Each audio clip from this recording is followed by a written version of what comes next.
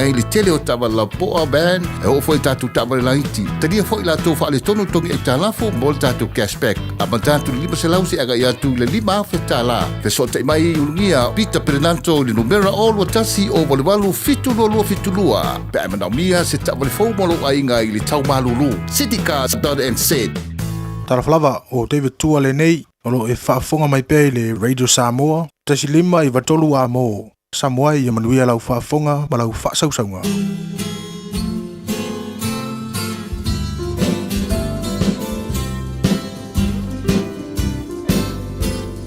So if you follow tasi lau lipine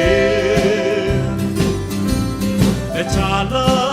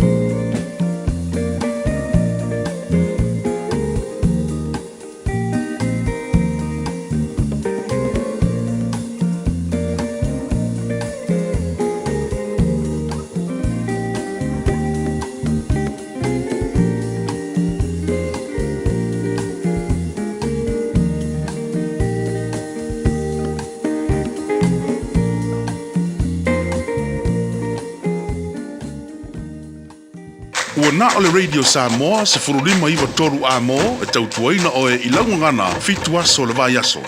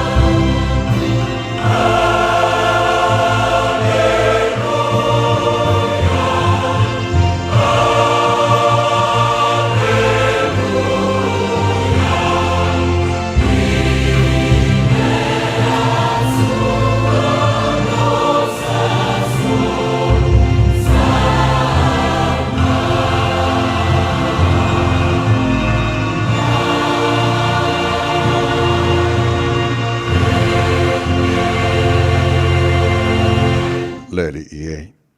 E vivi atu i atu oe mea uma na e whaia. E whaaftai atu fo i atu oe o tangata mi o atua. E tau talitala atu la tau ili mamalu o lo malo. Ma tau tau atu i lo mana. Lo malo le e whaavau lava. Ma lau pule e au tupula ngā lava lea.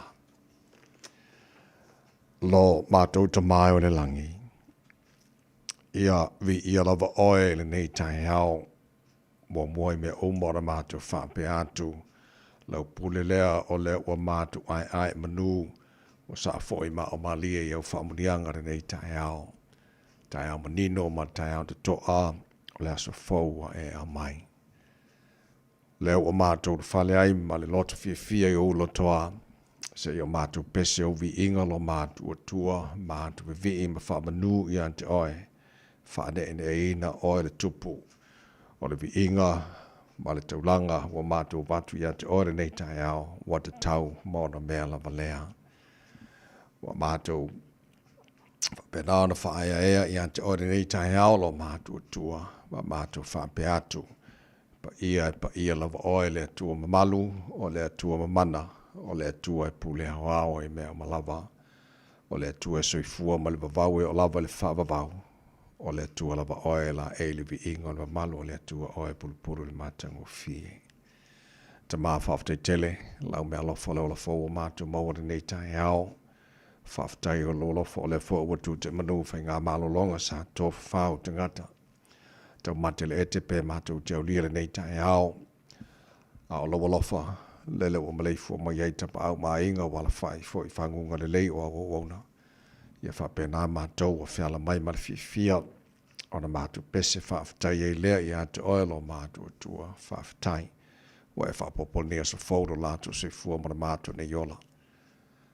Mātou o liele nea sa whareile ua sa fulfitu ia iaso o ke topo o mātou whalaunga na neitu sanga whaafitai mea umalawalo mātou atua laupule lea e ola mātou malanga o na nei aso mātou tu inatu i o ao whaamona mole tamā tautai mai e le mātou whalaunga o whai nei. Manu ia whaiwa le whangai ma le tano le nea sa whau e a mai, whamaro le lātou se fua tautua le newa iaso atoa.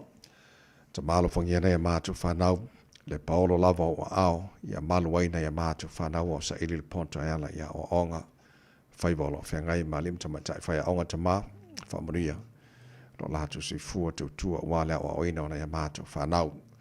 ya mātou te talo mamana tua pēr Samoa le tunu e pele le loto ia ele manuia o oilo mātou tua iona te tai na ia mātou ainga mana ia mātou tangata umai Samoa ma so se vai ngore nei lalo langi o lo alalam papa awai mātou bala au ia ele manuia o oilo mātou tua le tua e whaava ia ele malo tutu tasio Samoa whapenane nea tunu o New Zealand o mātou nofo mama wai o le nā fo te talo mo atunu uma o le nei lalo langi mātou talo lo mātou tua ia inisi o ainga wana whai mai whanono angara nei Taeao malanga le whātua o ia le maliu po le oti o motu sia i mawhtanga mawhana mana i ainga wome masani mātou pala auno file mumlo ngā wha maise wha mawhana whanai nai i la tau ia manuia le tu malu moli panga mana tāpo inga nei mātou mātua tu asen sino le tunu i manu mātou malawara nei yaso te tōrua ina la tō le mawhana whana loa lofa whafo isia pēra la tō se fua laude le tino siri lava le nganga me o malawa la mfana mātou whaia ni nea sa fau e mai, mātou whaia lawa ina ia fo iatu le vi inga ia te oe, ta mā, wha manuia mai, i le tautua rida Samoa ni ia so a toa, ua mātou wole, mātou wala au i nei mea malawa, e ala sua whamana malo Yesu ki risolo mātou ni mora mātou whaola. Amen.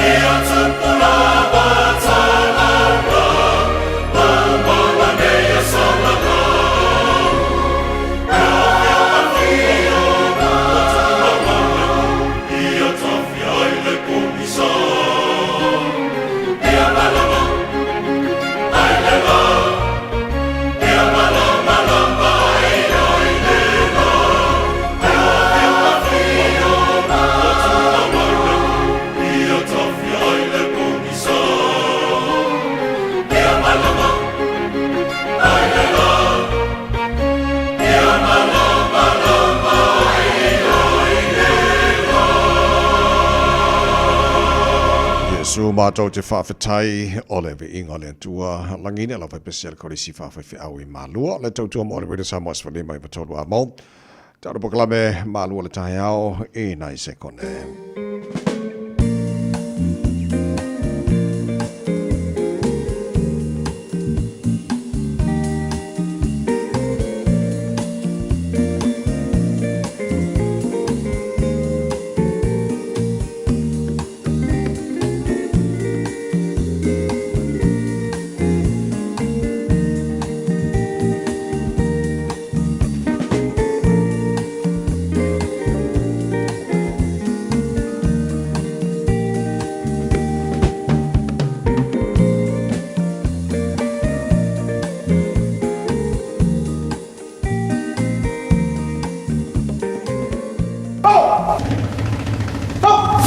Radio Samoa, tasilima iwatonu amo.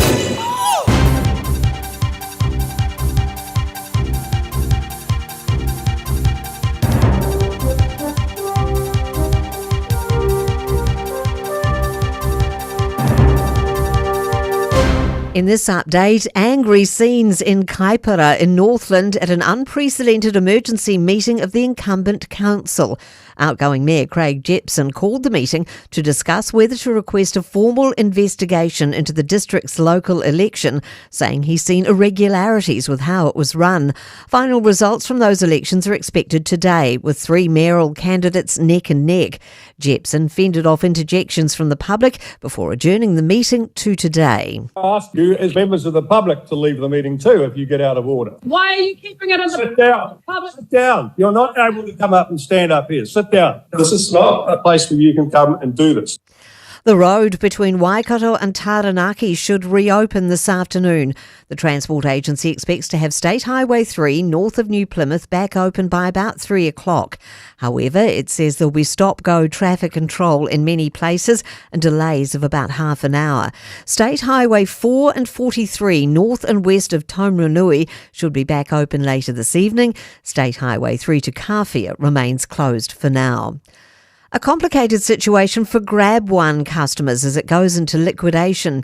The online deals website won't be issuing refunds for unused purchases and has told customers to directly contact sellers.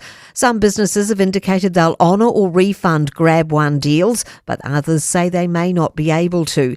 Consumer New Zealand's Jessica Walker says a lot of questions have been left unanswered and there's a slight grey area. Has the business been paid by Grab One, in which case you'll want to go to them to try and get your money's worth? Or has Grab One paid the business? After 5 months of closure, science and history lovers can once again visit Auckland Museum. It's been closed for urgent repairs after asbestos was discovered. Staff are still working to open the Pacific Galleries and the Malu Court. I'm Kay Gregory and that's news. In the sport, details of the tour labelled Rugby's Greatest Rivalry when the All Blacks head to South Africa next year have been confirmed. A 3-test 4-provincial game series will be followed by a final test at an as-yet unnamed venue, presumably in Europe. 6th seed Lulu Sun is through to the semi-finals in the Jinan Open in China after defeating top seed Anastasia Zakharova in straight sets. The first set went to a tie-break before Sun blitzed through the second 6-love. And Australia have chased 199 to beat Bangladesh by 10 wickets at the Women's Cricket World Cup to return to the top of the table after 5 of their 7 round-robin matches. However, the defending champions endured a case of butterfingers, spilling 6 catches. That's sport. Ua na ole Radio Samoa se furulima iwa toru a mo e tautuaina o e ilaungangana fitu aso le vai aso. Ele swafa marumalo lo tātua ri whaolo Yesu Kiriso e mo mono whātalofa mo whāwhelo ai mo whātuli mai fōi le abate le lava male whāroalo Samoa le atu no pene le pai he maruma maro no whāwhungaga e le nei fōi tae au fōu mahalo lava le sui fua maruia ia whamano fō le atu no ia le wholau tātu a vele mua man whaasangi le tātu matai siri le langi ua tele lava lo na lofa o le neifo o tātu o rile nei Taeao le Taeao le aso fōu le aso whai le tua tātu te ori ma tātu fia iai parapatia langa le lei o le tātu tapa o siri le langi ia ua ma tātu maua le nei aso fōu ia ono lo na lofa o tātu siri whai e madua le o mala e le neifo o Taeao fōu ia whaatala whātu le nei Taeao fōu pa ele popo ma malu sa wo mai monga tele se ia pa ia mawaiti fa to lo fa talofa le fainga wenga le tua le salavi au ona tofi le tadu ma tele langi fa le malu so se vai au kilani mani sino ma so stuff for nei kilope ya wale to tuino le tua malona fitangalo lo fa to na pauliai e so se vai ngo nei fo ila langi le fa fo mai fa to matausi sa au ma to mai tai malo se lo mar fa au ono fa tala fa tasi le malu le Taeao Radio Samoa talofa lava ya lo fa mai le tatu ma tai le langi to tai le tatu fo lo ora nei fo yaso ma tatu fo lo ile la lo na lo fa tatu ile nei for really se fu mar fitu e yaso o ke topo tatu fo lo ora dua fe lo se fo lo ma nei mo se mai lo fa fo le por club e maru le Taeao on Radio Samoa for lima e tolu amo na fe nga no bananta so ba lo so so mai se New Tatu Facebook ma na YouTube Radio Samoa se rata si patia ma fe nga pesta Algel Sio ma to ona nei tamai meni to ina o se pa le to mai va e le Taeao nei ma se fo Maria, normal nei Taeao fo.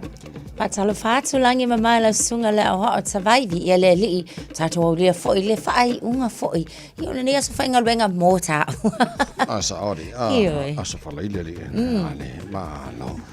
E ole le la tunu ila mai mo pala fa fo mal nei Taeao ole lu tau mo le aso.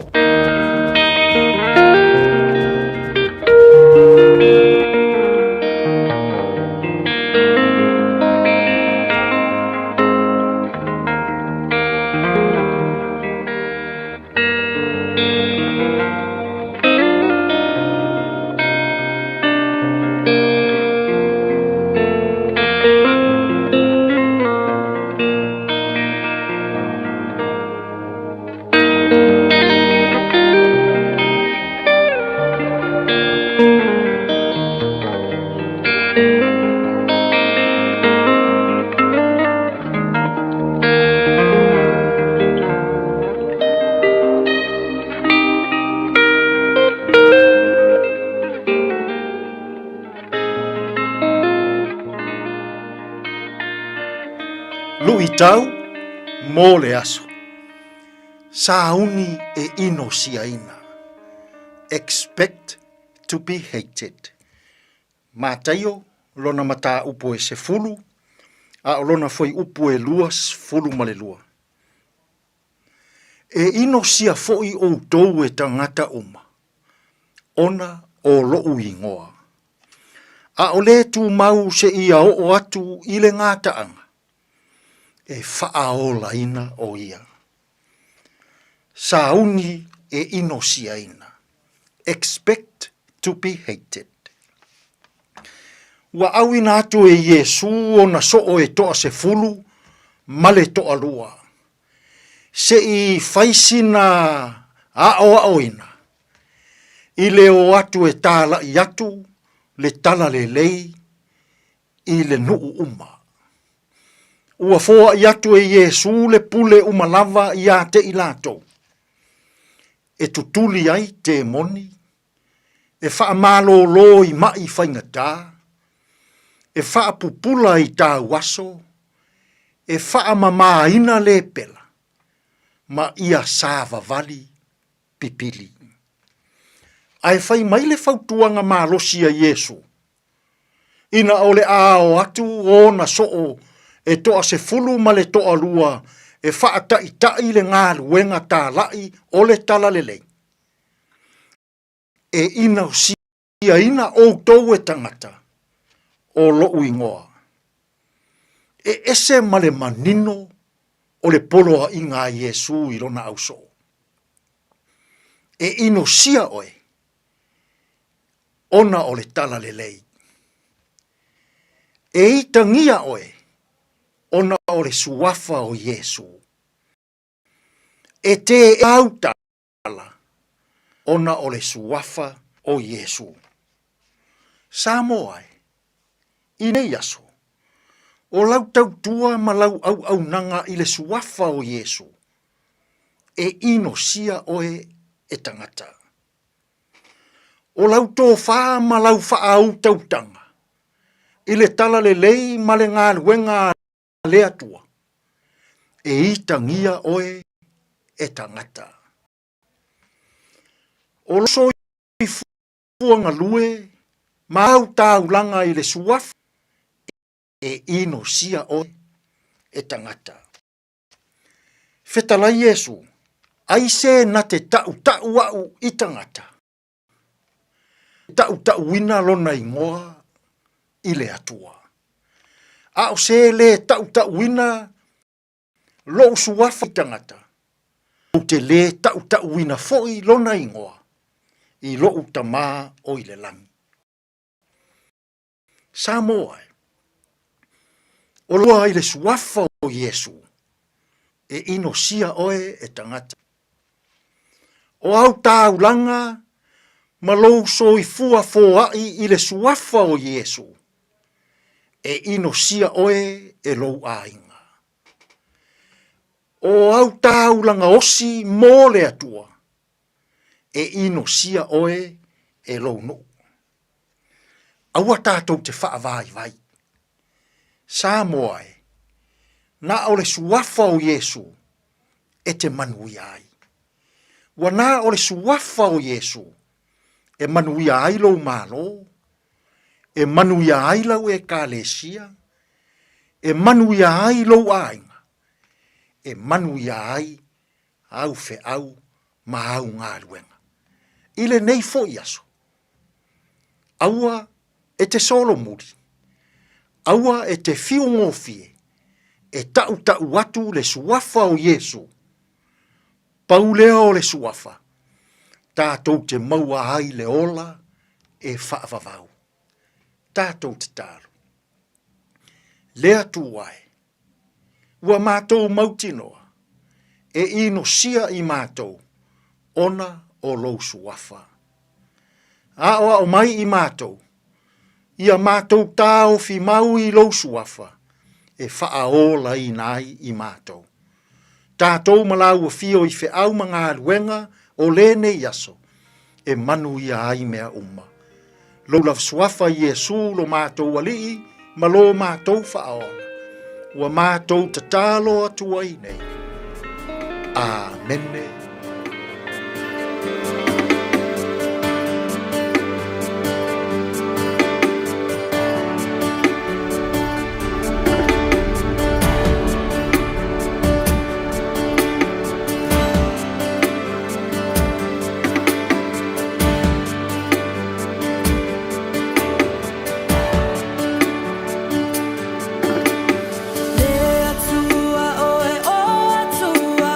Tau, tau, lo sua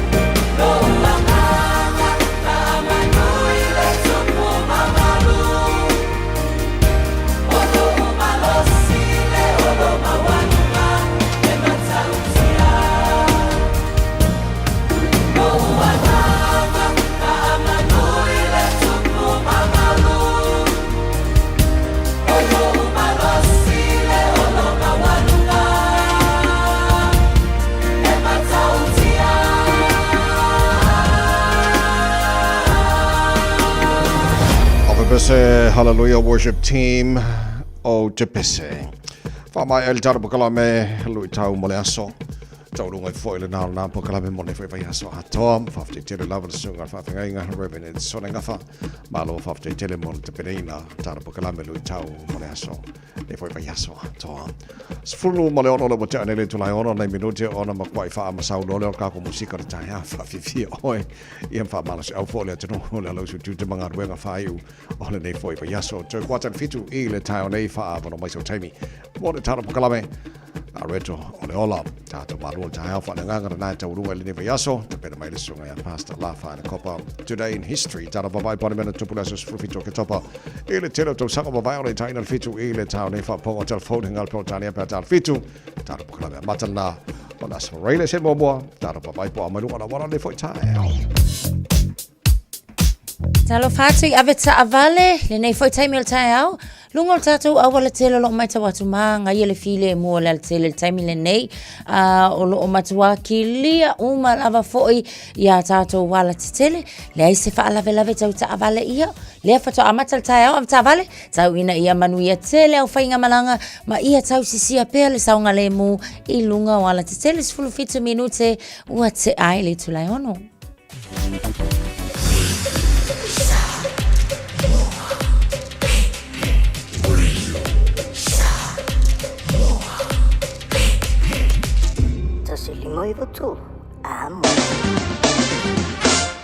Pai ngā batal talo tawara nei fo I Taeao fau tama ki wakaurau au ki lani nilo whanga whasa longa radio Samoa se fulu male lua lo I le Malu lu. I le nei wanga le Taeao winga le tau le so la whasa lona langi le lei le tau e awa I nisio taimi ange maria mar savidi mai sau te sifo. Se fulu male iwa o le maurunga nai o le Malu le ea mo tātou.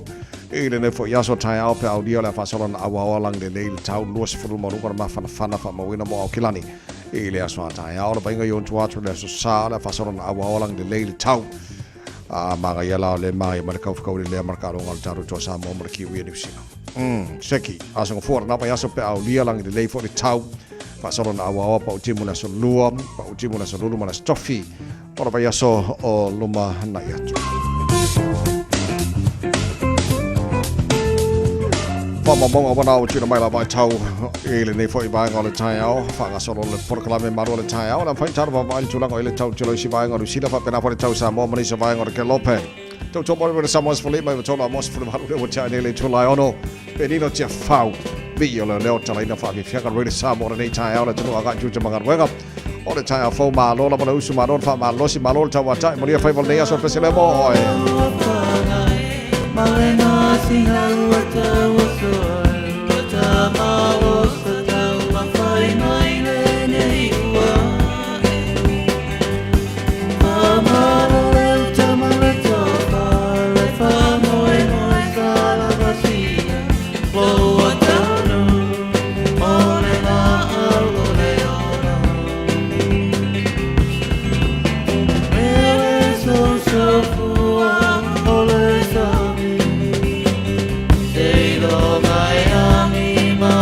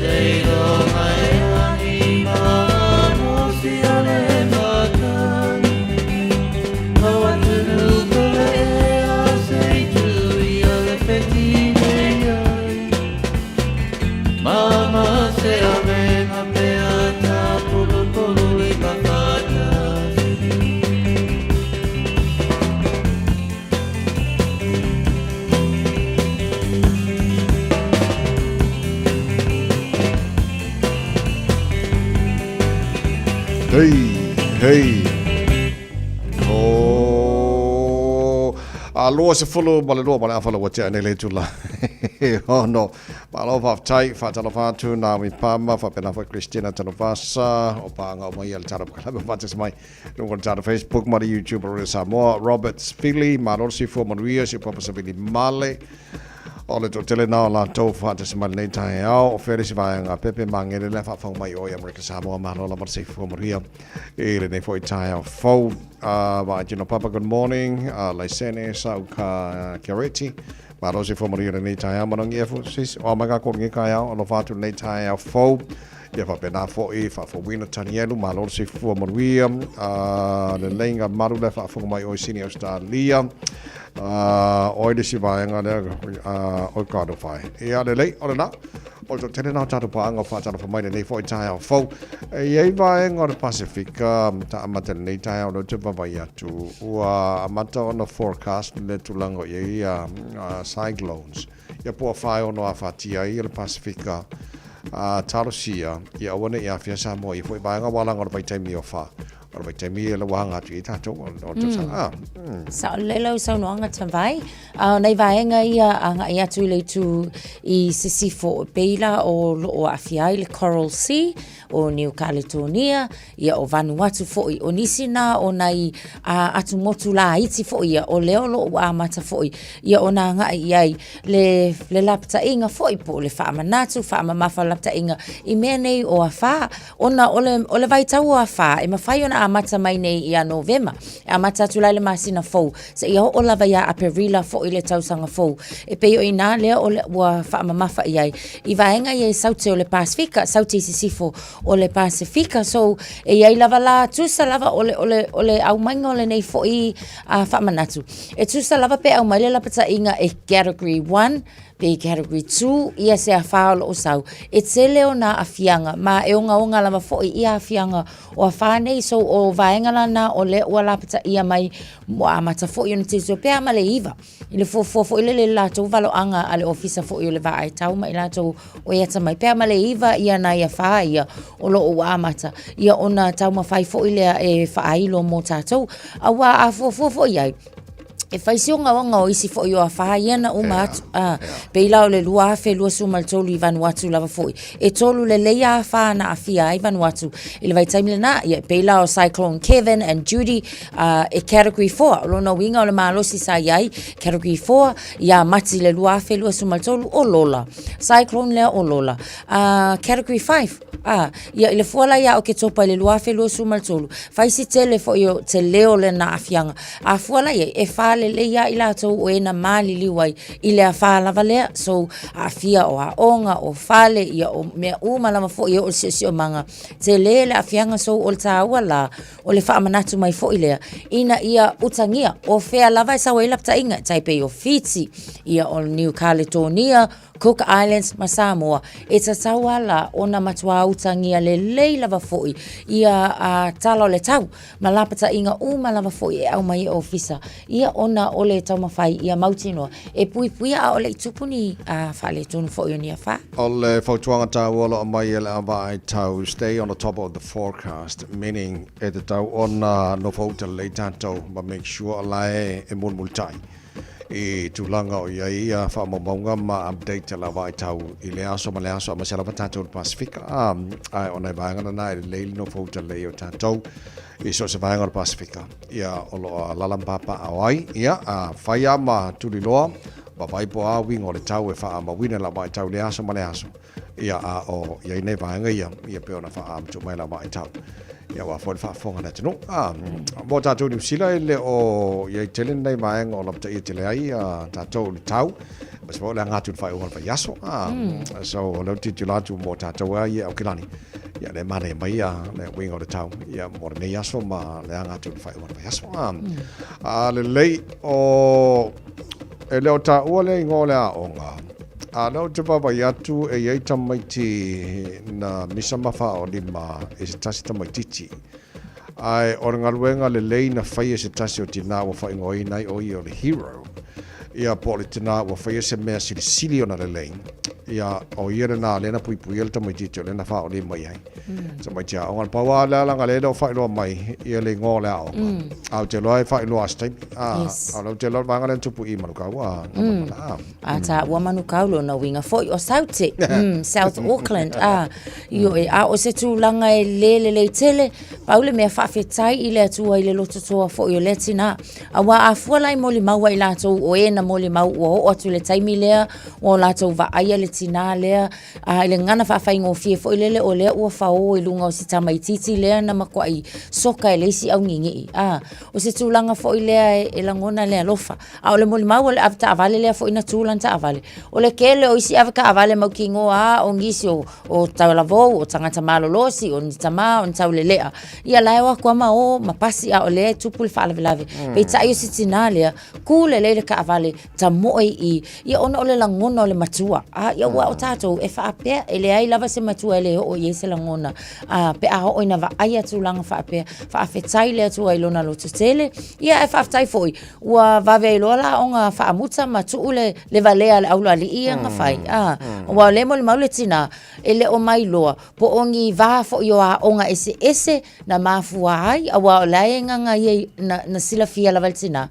O lai sa ye ngisi o fua onga o fo la to o fua onga ia o le fo ilana avel fa alinga le pulea onga e yai le onga le I matua ia le ngata fo lena o lona le fia ona o totonu a onga e iai o latou ta iala e iai fo ia latou sini ma latou anava tau e mawhai o ngā ta tonu ina ai tamaiti ai a o lo lai ngā whaile ma fau whapea ia o se tūlanga I whanoa tele ai ia te au te tonu a onga ta vai wa whai ngā tāle vai tau le nei a whapea fo I ona o le a whai ngela le fusuanga ai a whapea la o se whai a onga tamaita I leo wa ku kongo kwai I le vaenga le whai e fusuanga la awali ia e whai ngā tā tele e mua lava fo I ona mautinoa le saunga le mo le whai onga ai a whapea le whai a onga lii a o le whai fusuanga ma le fuki ngā ula ka maikai wa makua I ova le whai ngā ka e o ai se kango le whai a onga fo I le koso I kua leisi ia wa a fia fo I le tūla fono ona e whapea fo I o le wakango mai fua but ole tūlanga ei o ka ko wa tēne matama onga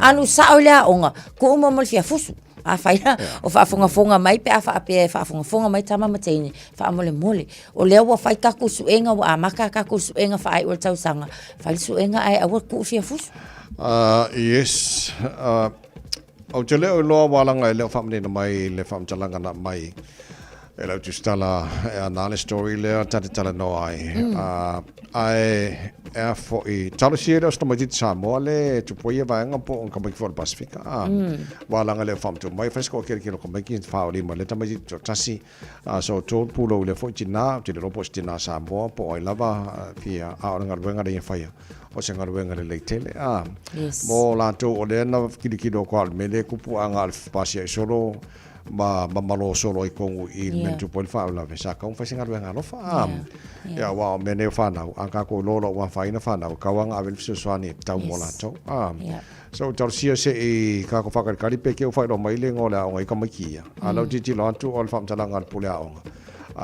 ai lo o mata mai jolen involve I tu langa le e o fai foi mat fai unga la to ke de ke la la fai o ta mai ti nei ya ma se lo ka ko wo pe ke me ko sanga fai su nga ta mai ti ya wala ba ko foi o ale fusu o fia fusu I fusu anga ya ai fia fusu ale ko ngore mai ai mangi ngoi bo na kupe ia nga ai foi ya foi oi foi le fa foi na David tu ma fia fusu ya mai longa la kiki alu fusu ko ngore mai ba wana kupe mara ulo ai la la ya fa penga foi sunga ya la oli no piseri ai Joseph Parker a fia fusu ko ngore mai na ma wana kupe a mon fia fusu ko I o le ai la engar kuria o mala o me malo le al kui chief le ala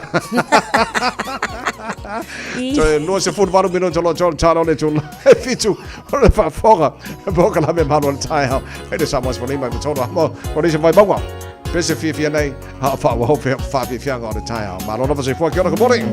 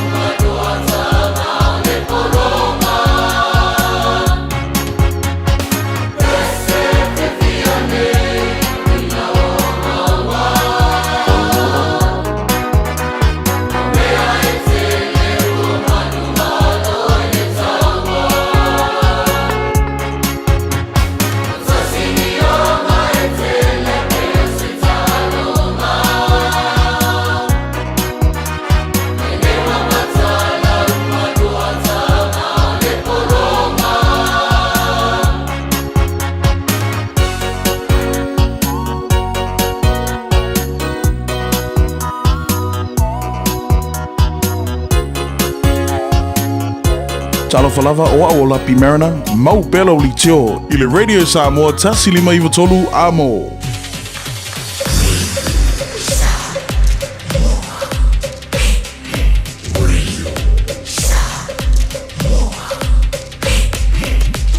Tasi lima iwa tolu amo. Samoa. Fire and Emergency New Zealand advises that career firefighters will stop work for 1 hour from 12 p.m. to 1 p.m. on Friday, 17 October. During this hour, fire and emergencies response in some towns and cities will be delayed. Please be careful doing anything that could start a fire. Do not leave cooking unattended. If there is a fire, get out, stay out, and call 111.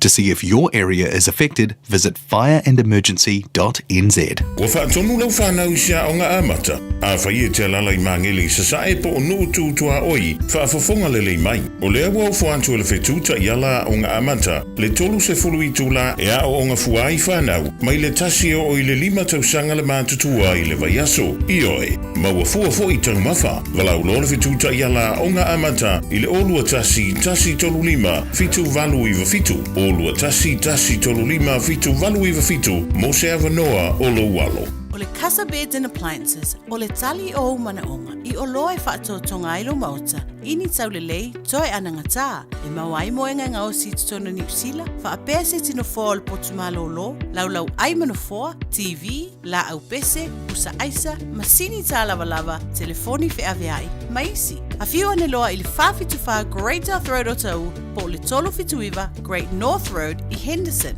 le Casa Beds and Appliances, telefoni o valu se lau, lua, 5 o valu se lau, lua, 5 So luas fulmal tolu mino jolo talo le tu la fitu le polklame Malu le Taeao rele Samoa's fulima eva tolu mo moni fapte tele pudenga mana fanga benga le Pacific Easy Money Transfer o lo te penaina ia ofo fo i peona fa gaina le tato polklame le fo Taeao fo ia o vaenga fa laulo ai le saunia le tato to Samoa ia mo talo te le lava fo i le sa nei te lo look for o matato tapo ia fo i le faivo alo matama fana o le tino tato to Samoa talo ga mara kiwi i New Zealand so la falo tele ne vaenga ia i le te fitu i le Taeao nei ai o le fale matanga le tato ia kilani ia ngamon mana ba ya tu pe a malima masina tapo ni fo le fale le ia nei vaenga ia war pui ia la tau foi le masana na fia foi fale matanga la tau ia mo mai mo pe ona ia o tsala fia mo tatou foi e mai se foi le wa matona anga ia tu foi le asumalo lo tele le foi le leipa o le wata tala o tele lava foi nisio vaenga o mahea ona toi fa le le tele se vaenga tu pesa a toi fa luina pe se fulu miliona tala ia le tau foi le sa toi tau mafai fa le le ai nisio vaenga e mai se lava vaenga te tele tonu o le fale mataanga o le si vaenga ma na ia wai ile kai mi foi le ia le potu ma na ia le pe kau ki ko kong pe ia le o la ka ko ko kong o le manga mu le si la potu le na o le wa uma le le na to fa le ia ai mai se lava foi o ni si vaenga mata ina o tonu le fale ia o le fale mataanga o lo tau fai pe foi ina ia mauti no wa ata o to le o le fale pasifika ia fa pena foi ile tu o lo ia le vaenga maori ina ia mauti no ele ngata ina toe fa le leia toe fa tupula ia le numero ila toe anga ia toe mai mo awa pe o se tasile na o itu fo ile na pa u le taimile nei na tapuni ai foi ia o le inga kamaka le se tupe maua ia pe amale a fo ila ia fe lolo lava fo ina inga luenga fo ila toe na fa maamulu matapuni le taimile ona o le tulanga sai ai talo sia la o se fulu fanga luenga la o mfai ona toe fa fo sia ai talo sia o le ako ko akele au mata ia matoe mauanga luenga nai tangata e me se ila tu sanga lulu e le fo i vaenga o tala lena mutatu so le la fo ka nga okula so lepa ko akele au e makamaka sa le mana ia le tele fa mai senga o tuna tu le fo i le tu malo ai po le maliu le sa ben parbioni sila tele tu sanga bae Jim Bolger and na file sa tala noi le sui te tai Labour Party on a poka Masipoloni ia tele fo nei vanga le sa noi ia e le tu me fo i parbioni sila lona tos fuli mai le o parbioni sila e le afi se lawi se fulu hanga le se lawi se mal fitu so tele fo i vanga tele fo ia porque que New Zealand lato ia tau tino fo ile lona tu le mai lon time ia o nga luenga le lava fo ia muli lava so se tasi ai mai se lava pe afa pe ai o fo ina soifua ia au nei matau tu mo tanga tala tele mai tau atu tele lava fo ina i tu sa fa pena fo ia ona lau sila fia e New Zealand nei fo ia le soi fo tautua o sia fo I pa le mia I tausanga ua mawai New Zealand mai se lava fo I le tu lava fo I maoli e lava fo I sasi o fea ngainga na sainia lava fo I le vao tangata maoli e mai se lava I le vaenga taulau ele mafanua ia o nisi na o itu o lea lava fo I o lo o tau fi mamau I tangata I lo latou whaatau waina o le soi fo au auna ia o lea fo I tamali Toi se follow malaiva mino tolo tolo talo le tula fitu le porklame manual time radio Samoa falima tolo mo mai fa fianga mal fiva ona so le Malaysia tato le poti mai ona wala tuna to le tato malu Taeao fa nga reto le ola te pena mai pasta la fa ele ko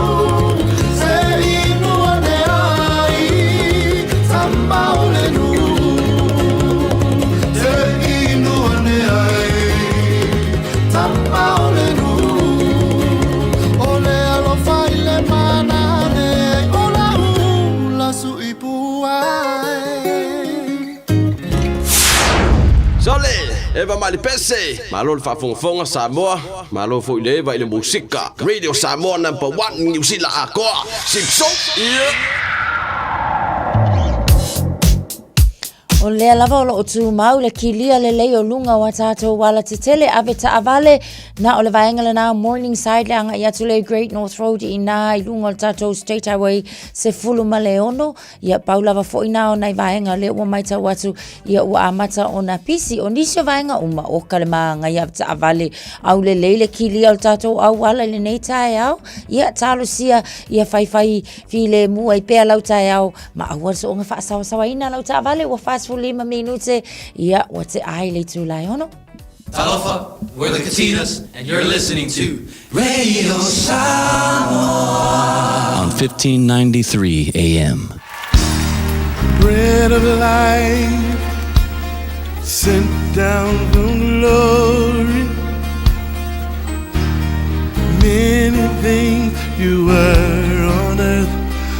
holy king, a carpenter, but you are the living word. Come on.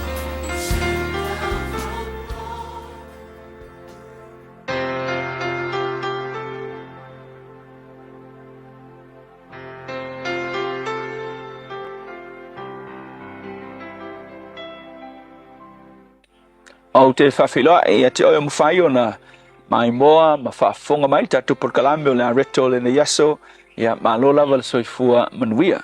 O le yoane valu whaupe fast food wha e ai le whaupunga lo i ai whapea whetalainga Yesu o outou na ilo outou tamā le ti apolo.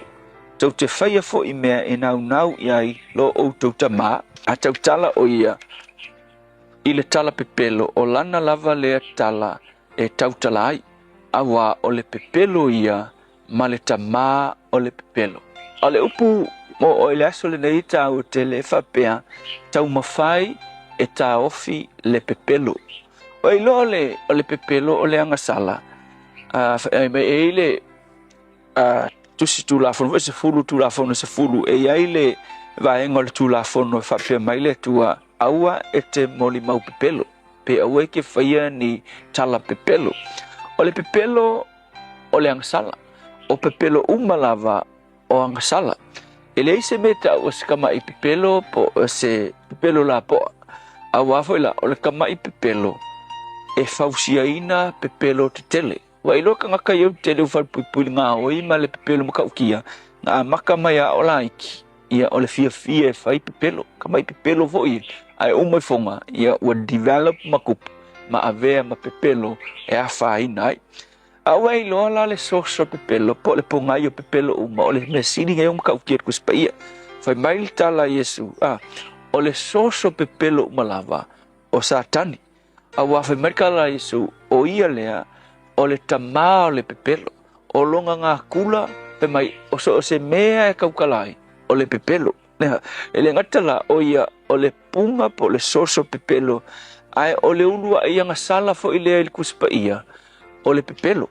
Wa ki loa ai le i nga sala eva nga mua lava pepelo sa kanki. Bangkuan me alu si felong fai mai wa alu fai a eva e ke rua le oki ang fai alu ai le la ave mai eva e ke uma oki ave mai a satani e ke rua le oki la mea ngai pe fo ringa mai afasa o afsise e ume fonga nga oki a eva matamu awa le nga ume fonga nga matutua ma feoki lava ila ua le ngata ile na oti le mafutanga fa le nganga le sotanga ma le tua ringa la ele ngata o ia le soso pepelo lua o ia o le ulua i pepelo le po inga amaka mai pepelo ma le mea muli o le pepelo o le anga sala muli vai o le anga sala mua le tuspaia a o le anga sala muli fo ile o lo mention it tuspaia tusia fa linga le ta ua Yohane lo mta upelua sfulua fai upes fulima fai mai tala tuspaia o kangaka ye o ile le pafi fa va fai mai o e loto atu ile kala pepelo vai o le pepelo ma fai mai alu ile le pafi fa va o le songa la ile nei asomo oe to e siaki oe pekele o afainga ile mele o le pepelo wafo o isi tangata pese vai sul mele o le pepelo ua masangi ai e makuale ke alava le isi tangata e fainga o pepelo vai foi le mele o kupunga ile atunu ke le me o afaina i tangata o le pepelo o isi tangata ilunga o mei o le social media ki nganga ilo ele sao se mea ai a sau ngengi kala mangi me fai isi tangata pei ngi me mo a o mea pepelo ia lela mo oi le aso ngehi ai lo e faia le mele o le pepelo pe se mea la poa po se pepelo la titi au ke fa mangaku ia te oi au e ke koe faia makau mafai fai se fainga pe ke kakalo ile tu e fesos angi mai ia ka hofi le pepelo au a foi la le songa nge a fai e ke fie fai le pepelo lo na winga fai mai kala Yesu o lo kama o sa kanki e vai e wafe mai Yesu o outou mai lo outou tamā le ki apolo wafe mai o oukou o le au pepelo o le ngā kula ngā alo outou tamā so le upula mo oe a fai ngofienga e pepelo ka ngoe kuulo mafau mele a o fai sau kala pepelo e ki whapea ifo a woi wa o le kali o sa kang a wa o le ke so i ngā kūlau tama le tua a mo le so ani mai e te mātou so se tasi fo i wa fai ma vai su lo no langa ngai me o le pepelo a wa o mai lo fiu me fa manatu mai ia e ma fai o nga mako wo i se oli ma le afi fa vau pe a fai ele tu ua lo mako pepelo ia fa fitai Yesu la upu amen.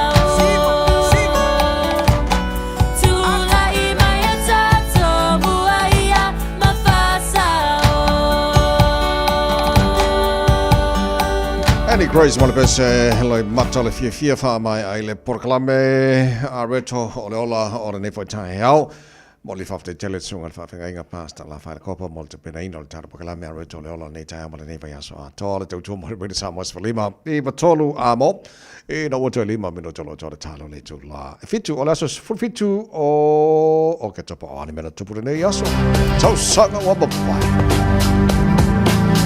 So sanga te siva on tolu I le so ia na whapena fo na whaalau I loa I nai se tasi o pese na whapena on tau ta oi to tono lo ne tona ale au whai pese le nei o le Beatles o le ingo le pese I Want to Hold Your Hand. Tasiva fituiva whaamanu ia ina ai le tina ia Mother Teresa stasi fo i o whailonga taua loa the Nobel Peace Prize. Le tausanga i lua afe ma le ono i le aso e o atu i le aso le nei i le tausanga le na ua ausia e tangata e le whaitawa o whai o tangata anu o Amerika lava ia le au whai e tolu se lau miliona. Nisi nao wa inge mena tupu le nei aso tausanga uno lai.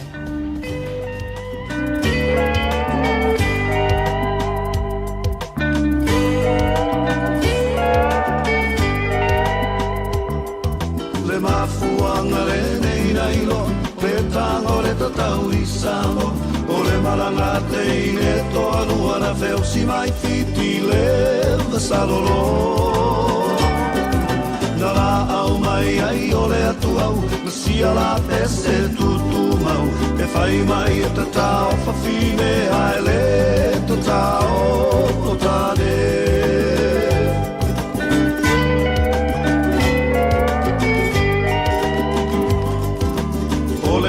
tatai o tane ina o se si ala pese tonu ingata yo fale alu po vai alo ole fai su a o tele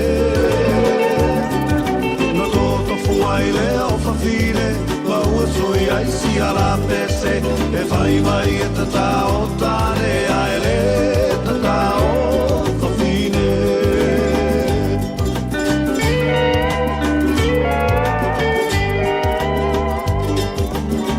Sila isi tama ua taatia o le tufunga lea ua amatalia e talo fa ua tangia ue ua oti solo i le au tapunu tele sole ae loto tele i le ta alonga fa atamatane e ui lava ina tinga tele ae muli ane ua e fefete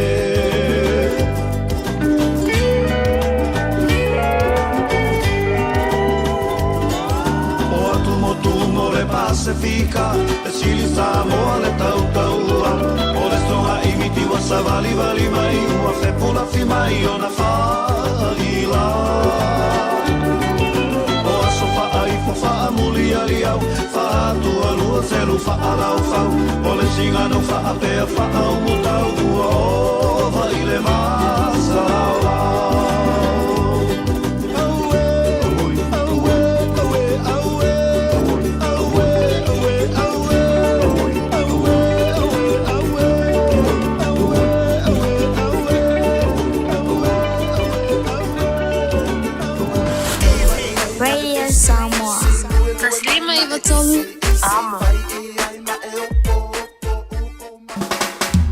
Fia le mona rental se whailonga antula na whabitoa mole masino se tema o ke topa ma novema e luse fulu pasene o le apa uma walano e le tongi o tavale pe a tolu aso pe silia to foile umi e te whao ngai nai e mawhaiona piki le tavale mai le malewa lele whaleolo po o whangali whapelo tato ofisa au tui ala fua pe momoli e to foile whaletali malo o loo e wha mautuai ai ngā whabitoa o lo iaia tato insurance cover e te fili mai ai ina ni tupu se whalawelawe ai o lo iai le puipuinga tuolo yele tanto account New Zealand be la fo sa fo ile moana rentals e fa nga ile Pacific Easy be fa nga fo ile credit card e fa tino ile tongi no lo sa mori si fa talanga vala ile Pacific Easy ile over selau o tasiono ono po numero masani au kilani o le lufi tu ono fitu wiva fitu fa o le lufi tu ono fitu wiva valu fa matalo sanga e transfer o e ile moana be asisi ane ile Facebook ale moana rentals po le tanto upengata fa ilangi o le moanarentals.com moana Rentals o laupa anga e taitoloina oe au e malanga asiasi i Samoa.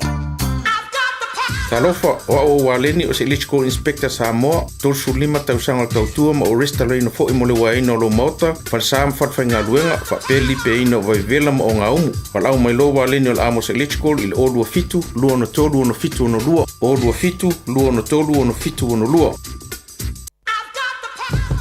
Beta Drive Doctors i le taulanga whaatau i mangele whaapea manrua o le vainga o so ngase pe amana o mia e whaatino e fo i matuipui o le whanau witi o tuipui la COVID is flu river mo i lato is flu on tausanga malunga atu whaapea matuipui o le flu wala au telefoni lua lima fitu valu lima iwa valu mo so wanoe whaatino ai nei au nanga o fisa fo mai i mangele i taftafane o McDonald a manrewa e taftafane o le faletusi po le Public Library.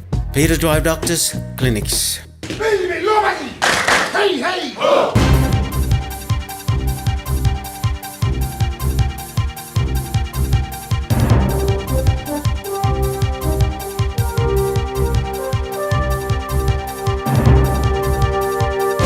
In this update, Fire and Emergency is warning about potential delays as Korea firefighters go on strike between 12 and 1 today.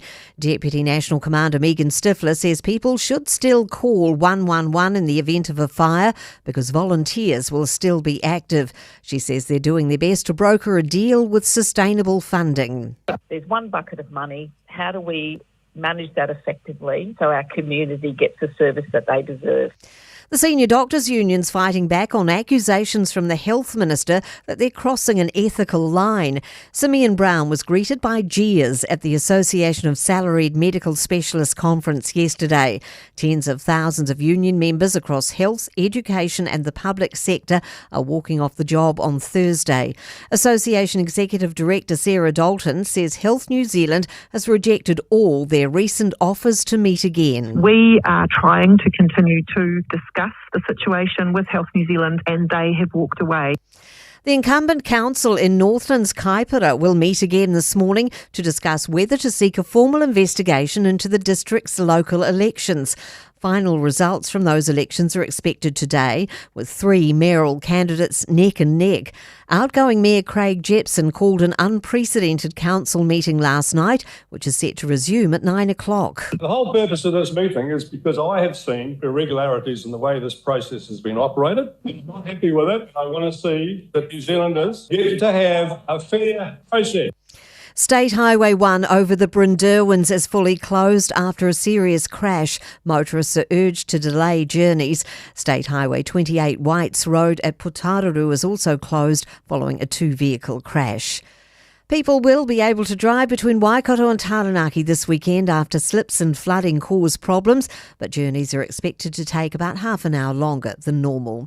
I'm Kay Gregory and that's news. In sport, details of the tour labelled rugby's greatest rivalry when the All Blacks head to South Africa next year have been confirmed. Elliot Smith reports. The tour opens on the night of Friday, August 7th local time, with the All Blacks facing the Stormers in Cape Town before heading to Durban for the Sharks 4 days later. They then face the Bulls on the 15th in Pretoria, a week out from the first test, which will be played at Ellis Park, where they'll also play the Lions on the 25th, before heading to Cape Town for the second test on the Saturday, and then to the 94,000 Soccer City Stadium in Soweto for the third match. There's still no venue for the fourth test, expected to be played in Europe. And 6th seed Lulu Sun is through to the semi-finals at the Jinan Open in China after defeating the top seed in straight sets. That's sport. Ua na ole Radio Samoa se furulima iwa toru a mo e tautuaina o e ilaungangana fitua so le vai aso.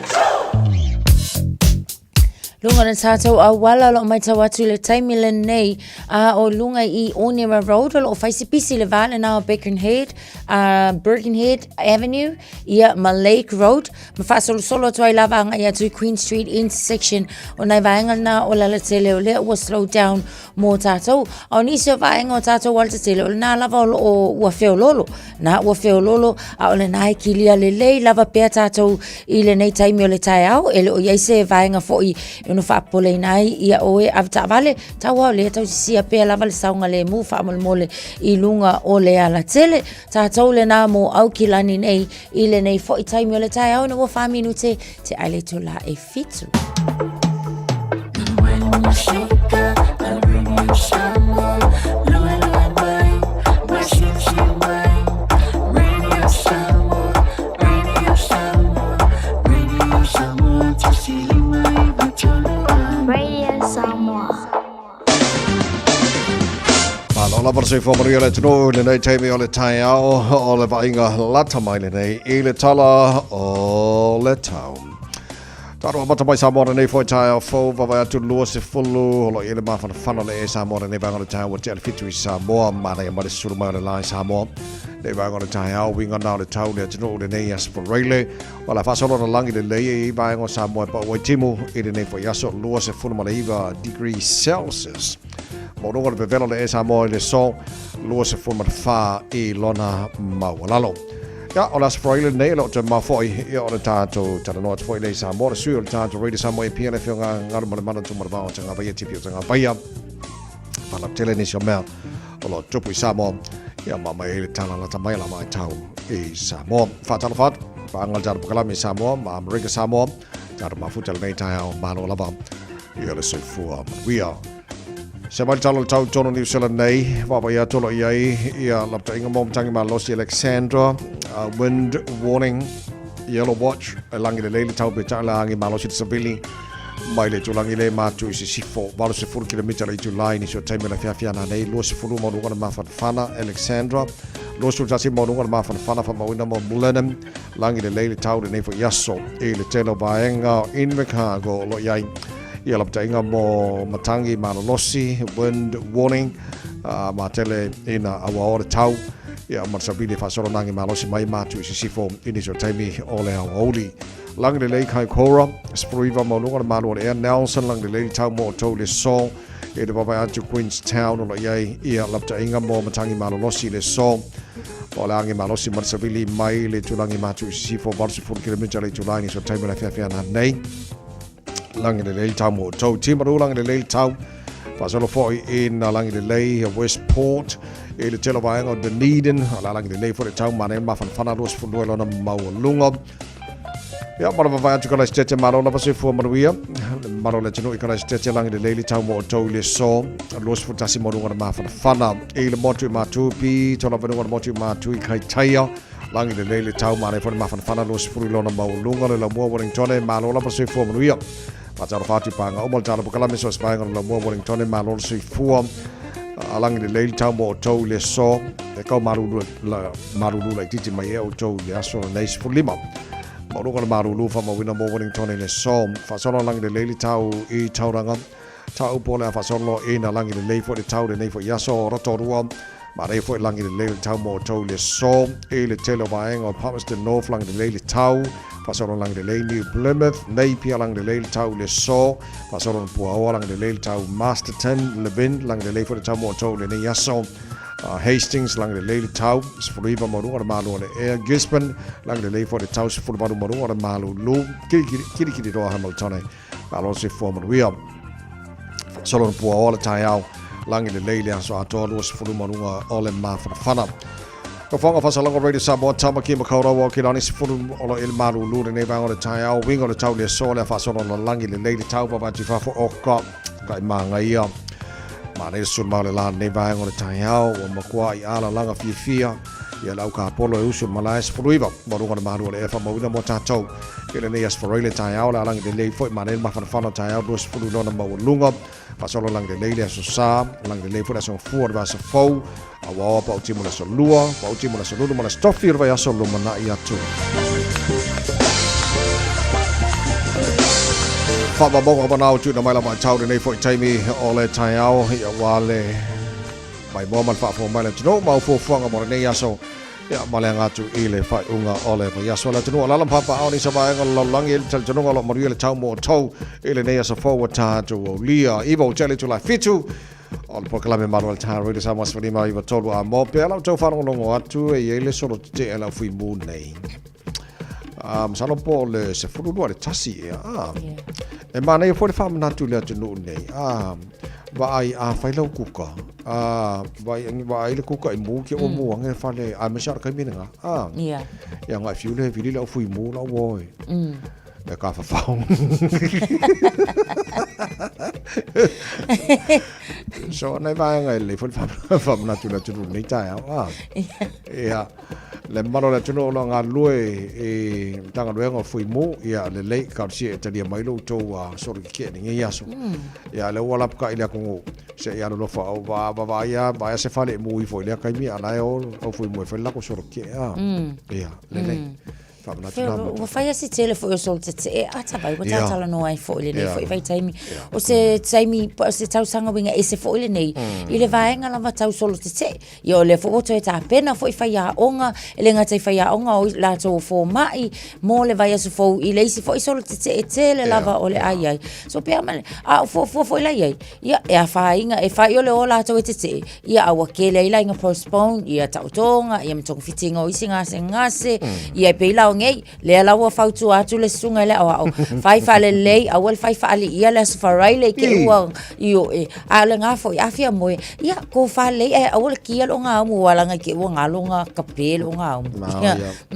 ia ona tu po le fa le tonu vili atu tato ia la lo fai le po fia na fim mana le fa mana tu nei tai fo e ale na wa mo fi fidil tato au to Samoa ia la tu talonga mo le Pacific Championship ma le Kiwi New Zealand ala po tava tu le fo mo na piki au New Zealand to te fo ia lo Samoa le ta ala mai e au New Zealand so tato au le to Samoa ke po mo wa lo piko ta vai o le ama ko i ku waku ia i lo sunga ka fa sa ka Okay, ole au le toa Samoa ua tu ina mai le numele tasha futbeki le Roger Trivasa Sheikh Murray Taulangi numele lua Isaac Tango numele tolu Diane Marina numele fa Brian To'o numele lima numele ono Blaise Talangi numele fitu Jerome Luai an kapteni Joshua Pali'i numele balu Chester Vanga numele iva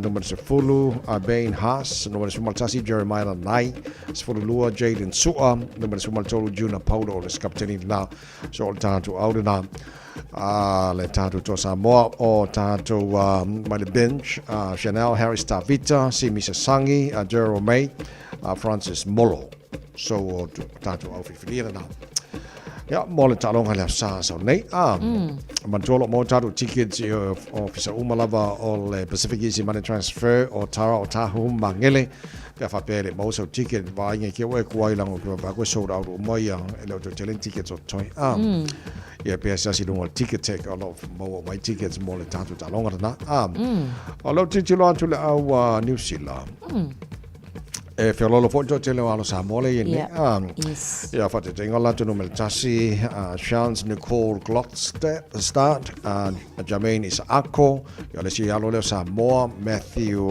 Timoko Casey McLean Ronaldo Moritalo le si alo le Samoa Dylan Brown Garen Foreign James Fisher Harris kapteni na New Zealand Jeremy Marshall King Moses Leota le si le fo Yano Samoa, Brighton Nicora, Isaiah Pali, Ilesiano Samoa, Joseph Tapine.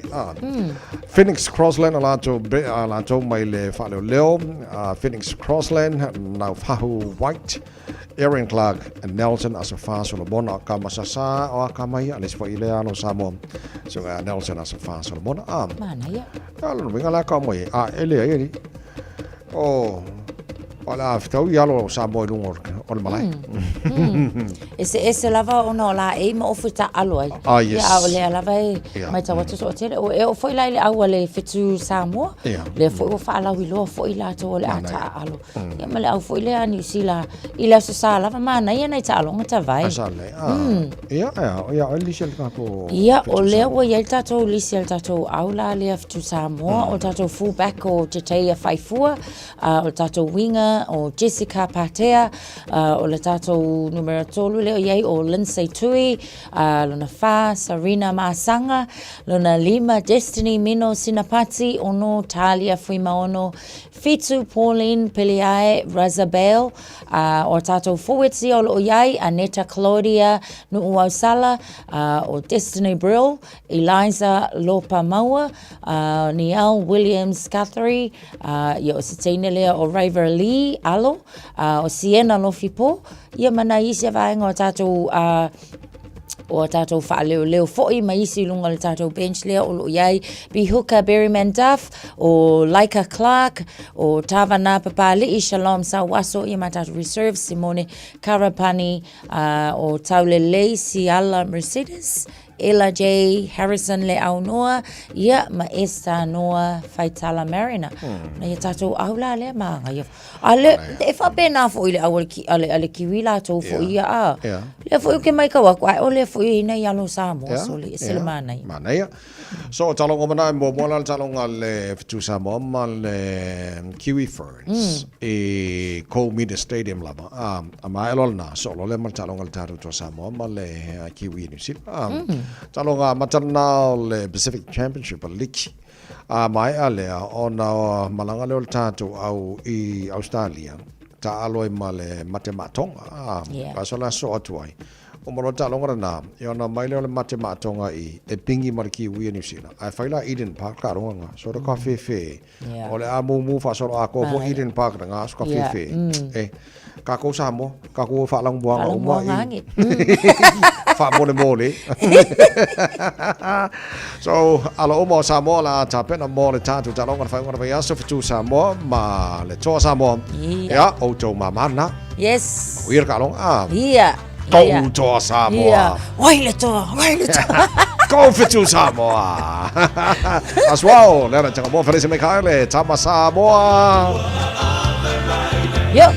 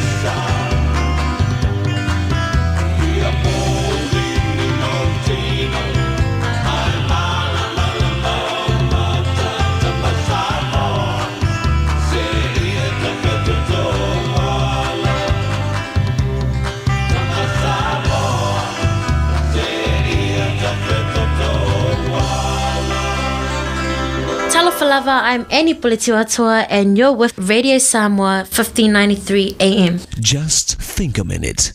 It could change everything.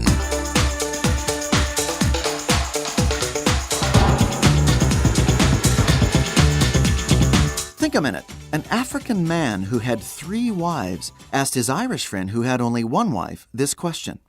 Do you like your wife? His Irish friend replied, I like her very much. The African man shook his head and said very sadly, I don't like any of mine. A famous comedian gives this advice to young couples before they get married. Of course it's important to love each other, but if you want to be really happy together, you better like each other. Ray Rosa grew up in Italy and came to America as a young man in 1921. There he met and married his wife, Isabel. They settled in a small town where Ray worked as a barber most of his life. Just a few years ago, Isabel became very sick and had to move to a nursing home in a nearby town to live. Ray's life and daily routine completely changed. Every morning, 7 days a week, he takes a bus to the nursing home, where Isabel waits for him in her wheelchair. They spend the day together, and Ray takes care of her. Sometimes he brings his guitar and sings Italian songs for the other sick patients, and gives free haircuts to some of the men. Then at 5:30 every evening, Ray says goodbye to his wife and catches the bus home. It's very clear Ray's life has become one with his wife's, so that his life is wherever she is. That's real love and happiness. It doesn't get any better than that. You see, you just can't fill your heart with real happiness until you give it away to someone else. Jesus Christ teaches that our life is much more blessed and happy when we give more than we receive. In fact, marriage is all about giving and forgiving. It's living every day with your best friend for life, so your 2 lives become one. It's a commitment and decision you make, not just for a few years, but for the rest of your life, no matter what happens. You choose to do all you can for your mate's happiness, because you realize that's the only way you'll be happy yourself. So why not ask Jesus Christ to forgive you for living your own way? Then ask him to start changing you. He'll help you so you can start enjoying real love as you become one with your spouse. Just think a minute. If you'd like a free CD of our top 40 programs, write to us on the internet at www.thinkaminute.com. Talofa, we're the Katinas. Talofa, this is Pat Lam. Talofa lava o awola pimerana. Mau belo li tio. Ile Radio Samoa tasilima iwa tolu amo.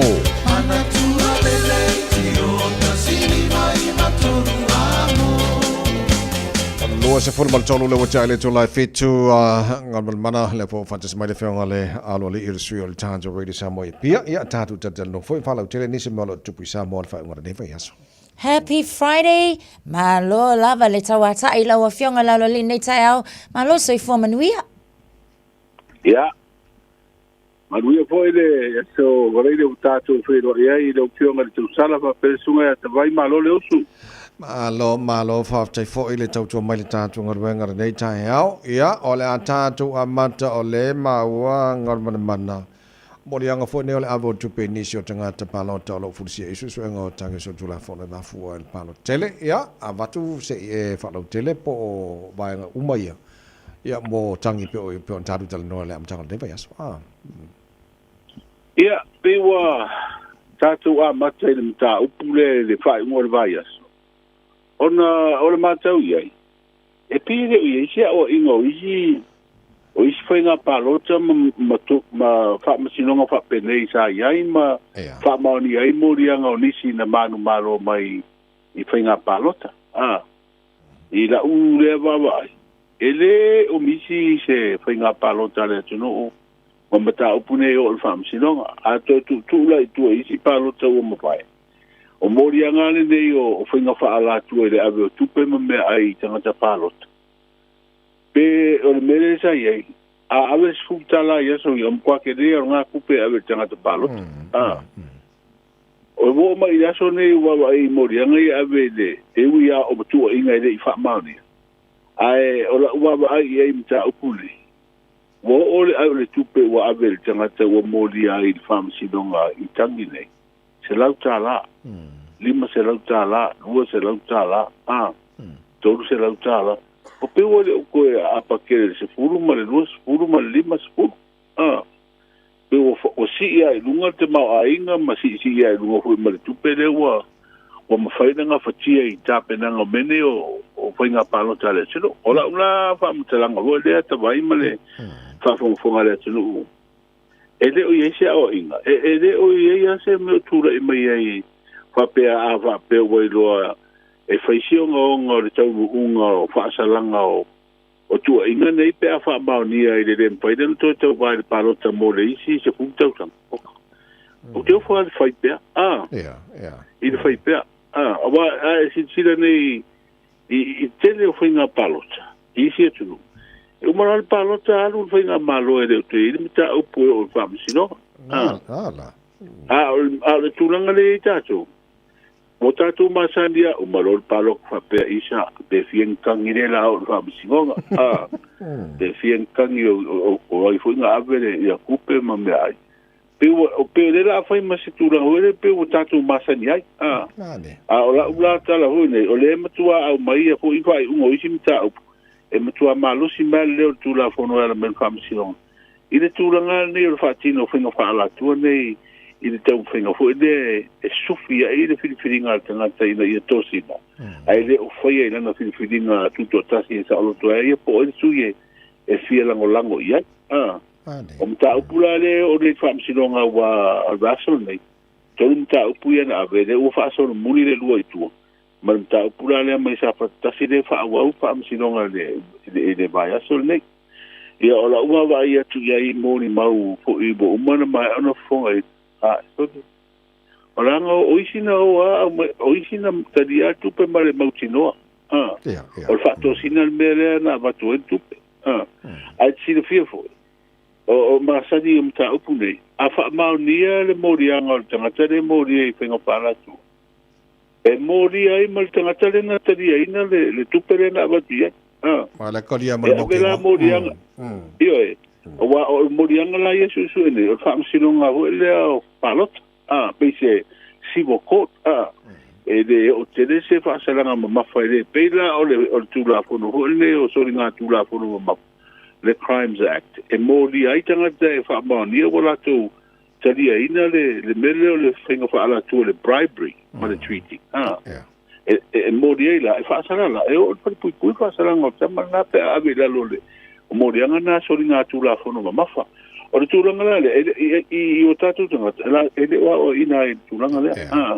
o te lo wa umai o mta upune I leo pe fa me se tala fa msidonga ave fa ini mori anga tangata ia na ave tu pe fa mauni mori ma no fa tai ia te mala fa no ngo te lo fa fonga le tino ai mo to jolo pulo inisio tangi lo le ave tu fo le swalo pule malili ave tu tangi to nei se ka si va venga o mama o de malo o se ave il ka ku kalmal tatu lang ai fa aku ko nga I me o fa msingo ia pena ta o ngiu sila ia mamskadia o male paloka se hermano on me nga mga miga ka io tu langa na ia ai o le mana ia vo io to finga fa to sino el palota I ringi ku fanga me ai mun ku fanga ku pe vitang na ku fanga pe pa vo io pamphlet la ku si mai a ku mai o mele fa pe ona ave foi ka mai ma fo me ia ku si mai au ka ko e tele me na ave ia famtala ho fa to sin ia fa ia mal mela fa ia mal mela ia pe o au te tau manatua wa nga makamerika ko paro ka sa ideeta to fi fai pura parliament sana o matai na palota pe nga lenga influence a ko me wa sa fai ngofienga ko fa me ai matupe tanga te paro te na te mi wa sa na o matai a fai ala e fast food matai o tatu no ia pa wa nga re ia bo nei da la te wa palota le lusuta o to te ala ia ko paro ka lufukas ia le ai le fai ti ia ia ai tarsia ia I imta upu o no mal famsino nga wa tu langa na wa ai fo se fo ko nga pe I mata upu to fa so muri tu mo fa te tenga a fai da le fa so muri tu ala sa fa ti no so tu la fo no lo nga le la ave tu e mta upu te na ia mo fi de mo ia la ba ko ai ko mar so tu la fo orang fa moni sa no Se tatou tala noa i le se fulu miliona tala le o le tau i tau tupe lea ua whamtu fo i mole i tu malo sa fata whamamlama mai e lau a fionga o ani tu ta ua fo i ua whaamalamalama i tangata anu fo i o le i tu malo i tu sai fo i le whaongai no le sele. Paftai, o leu te mata ua tu fo i le whira inga le na whai i le baso nei i le tu malo sa fata i nisi fo i o fioanga sa au ai fo ile sui o malo ni silai tatu sulu fa pele sui o le malo si tau fito pui nga le malo ni sila ia masui ko tatu malo ia ta ua wa le sa fola ia tu langa fo isa fa tino ia nga luenga o le suenga ia ma tu langa fo isa fa pena no foi fiu tu na inga ba malo fuala ile fu ia se tu langa la le tau ia ma sfuru miliona ia malia ia te vai mal tu sala la baba ia tu inisi po yo ata ia tu pa solo lu mo la pio poringa e mana tu fa ali o nisi fo isa ia pe la fi na u le sinu vai sfuru miliona ka mo querela ko ala kiki simu una la ko la querela fiaka e pe o ire o fa ia campaign al ura ko e mai lima miliona ma ko vai le si miliona ngai simu pe o fa pena o isi la u fi na u ya ni usida ile la vas fu miliona a silsila va ku mang sik sen ni usilo la ko ya bawa i se va en ole ma re ho isi singa fo i final le la vas fu miliona le va ya fa la mai bawa ma ko sik sen ni usila ma ke ko nga ma ke ngo fo e ma na ya wa ba re ma wa ba ai ma la tilo fu miliona ia pe un tatu terno ila mtangal vaias ele tele ku pe ele se tu pe tele la ki o isa ka usa la 1 milion de tau tupe wa fu ya fianga o sio ma me se nga te pare e tau sanga ia me se la le o ko inga ka yo na te fale o le tu malo ia le va ia tatu tele lo po ani a fianga o sami ma fingo te ia wa le la mata ona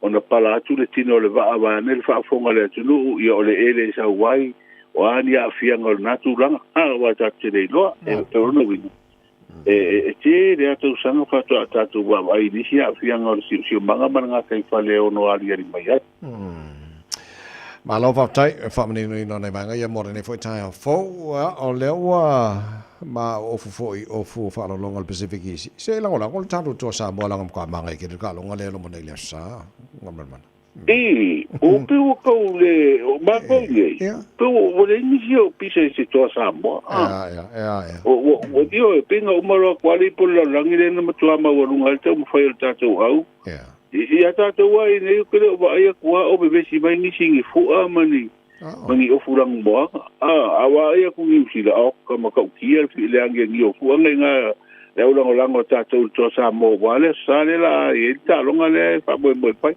ye tar si ye te vai tar si awa wa tu tatu wa yo ni sia fo yo ta ma fa na wi longa tatu tu le kapiri ki na wa fi ye tatu au tar si ia sa mo ri fa mo to sa mo ma lo fa tai le o la tu la no se e fa ile fo ia war fa fo mai le no au ta penanga wa ta lu ngona tu e ta ta ma sa mo pa ta ba fa mo te vai o la se nei le no fa ia fa un fa am si no sta se to le alu su pi tu sanga le matua o no fo nei fo pui le o la nga to por solo a to ia ono le fa la vele sa tu la mai le fiu ango sa la valu se va ile tu sanga le nei le na fi ai le o lao sta mai titi sfulo tu sanga na fa pena ona fa ia ia nga yo inga fa nga ile la o malosi o le o ia le tu langa le wa le mai tatu fa mai tu le fiu nga se Taeao na fi talini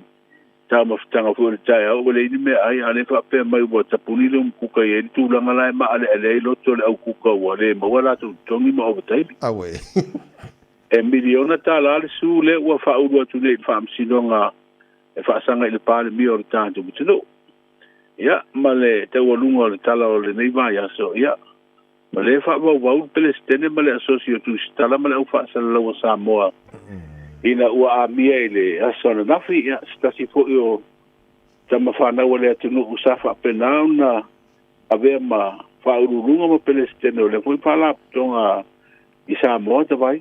Ia o te warunga leo le tātou au nanga fo nei vai so le a whalau tele pea o te ni masa. Alo whaftai le tunu le whawhonga mai tātou tala mana whalau tele pea tana walu e le Taeao. Nei ia ai tātou te le whatu whala nei Taeao o le astala la tamai la mai tau i Samoa. E le o iei ni whau tuanga po ni lapta inga o whamano sia mo o ngā sami o sio tātou tunu ai o leo iei whau tuanga o timunga wa mafa o whamano sia mo lau whanua uma o Samoa. O winga le tau i le so o au o sa vidia malo lo si o le mata polu o lo whapena na uwhiti ai le. Tino o peitai o se vaenga o te inga o sa vidi matimunga o lo o a ngai mali e mai matu i sifo whaasoro atu i sifo le tino o mai au mai ai au matimu e a fiai Samoa i nisi o taimi. O le vainga le tau mo polu masava i le so e uwhiti se vaenga o le langi au matimu e mamafa i nisi o taimi. Ia whapea wila mawhai ti tili e ono iai. Ia, o le tala pupule o le tau mo le asporeide, tabai i matutala. Alo whaftai tele, alo whionga le alo li, ma alo whaftai le tautua mali tātua ngā ruenga rene tai amara ne vai aso atoa, manu ia whai valne aso, manu ia whai le whai unga vai aso. Ia, manu ia le anga ia tu tarusia ia, pean tātu tala noa e, ia o atu whai unga rene vai aso, ka unga aku ni ba lele mangi paelo, palolo, wa makwake, ke le al palolo le na mawe a matou. Ia, o ngawhila, ia, paua le nga fe mai si tufa palolo kai iri kele ya nga manga ya nga mawa ya la ka fasi uru vole le pia pi badel pa ponga la tunu wakapa wa ego wa ila o rio boy wa makabaka o maketi e sabalalo i paelo ya sa fate o ma container palolo e si le kupe whaka o le pusa moa wa i koe kia rua mai aso o whaonga. Ia, ai le o hoira si a wheka larka o le pusa moa. A ula waba ai oi kia whewhe so le mapua sa wa ngai ka ngaka mata wala ko palolo. Ia, au te loa, o la ua ave wa le ringi aso o kere pusa isa wa ale tauria ave koe wha amalo leile aisa. Salo ia ngongo se sistemi de marketing de pola sala que de fui fa ko parol ai tarsia fa ingol va ia so imbalanga fo le anga ia tu i na i fa le lave manita fonga a watu ni simbalato ni nato woso ni nai palolo ia po inicio le ala kia ina ia auto ia malva nga fo le fia su ela ko kuper kimio ko fa ka usida palolo ia tarsia ia tonua e se ange due bala ua kun fa ngol vai aso ia o dua mentosal sia le lei ala fa jo mari le yaso ia manu fo fa ngol vai aso te lava le fenga ngalu mana tu mana ba tanga vai tipi tanga vai de sul ta ro sam moi pio fa lo tin dai vai ngana Samoa ya na fo ba tu ta tu ta le fa lo tele e lana tu tu ya ta ru ta la Samoa pe ta le Malu e le Taeao nei fa mle ngos fa ora nei fo i Taeao.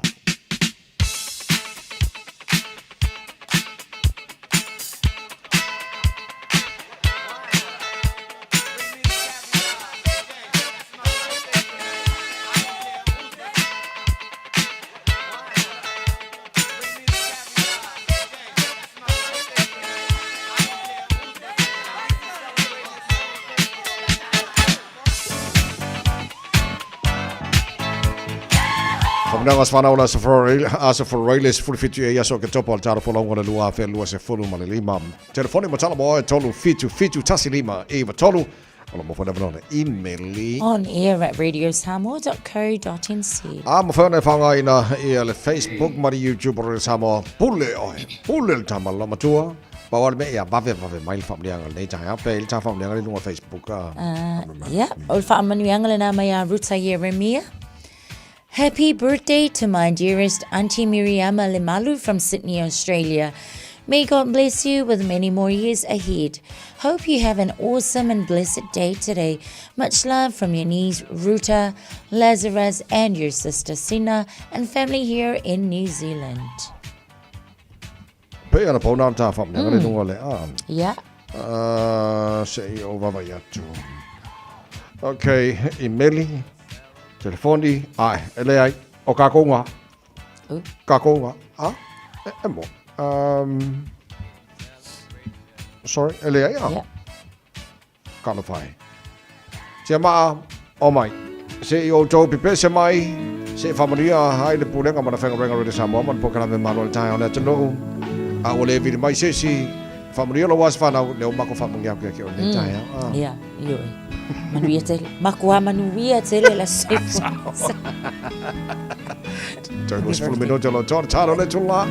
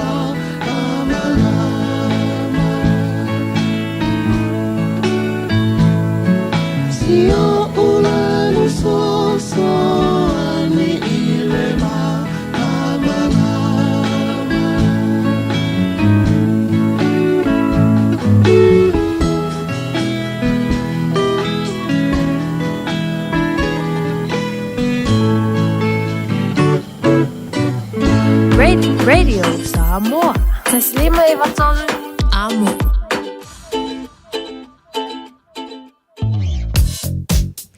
Na inisa vaenga tātou awala mai tau te fo taimi leo Taeao ua amata fo ilava ona mamawhale traffic o lo mai tau watu whai lava fo isi mawhale traffic ngai Birkenhead Avenue intersection ile taimi le nei whaasolo solo anele ile vaenga na la talatani nai I Nazi Avenue and Seaview Avenue o lo mai tau watu ile taimi le nei lunga le waka kotahi whaisi pisi mai o tātou. Slow down tātou lunga le State Highway 1 I nai le vaenga tonu lava le na I Ornera Road on the southbound.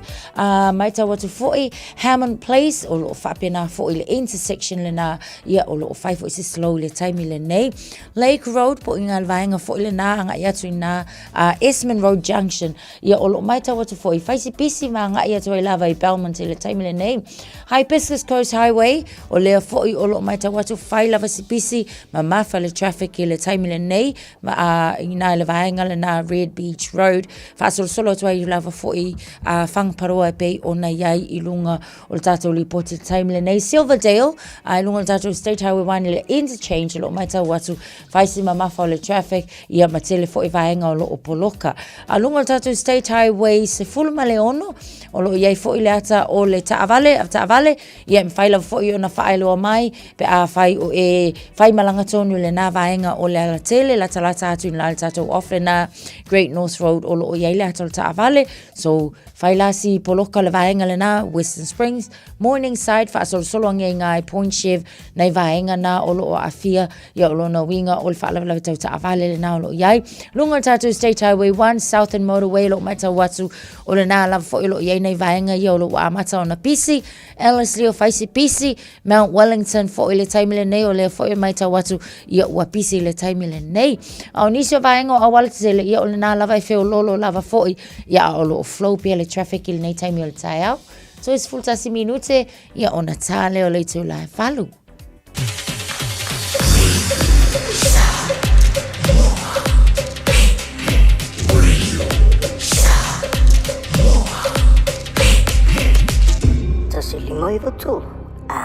Papito maua e le fruit shed. Pusa piso po Pasifika. Se lau lima fata la iva. Pusa Taeao a Palaiti.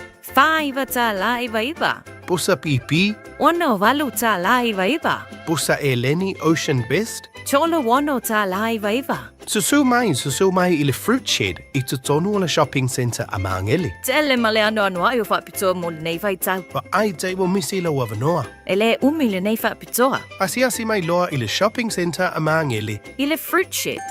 Ta alofa Samoa.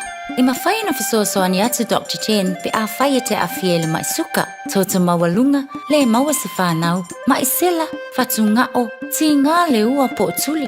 Whaalusi le tino puta, kānesa, ma le tino mangeso. Maua fo I le kulimi fulunifo mo nifo ti ngā. Ma toi whaafilesi ai lau manawa.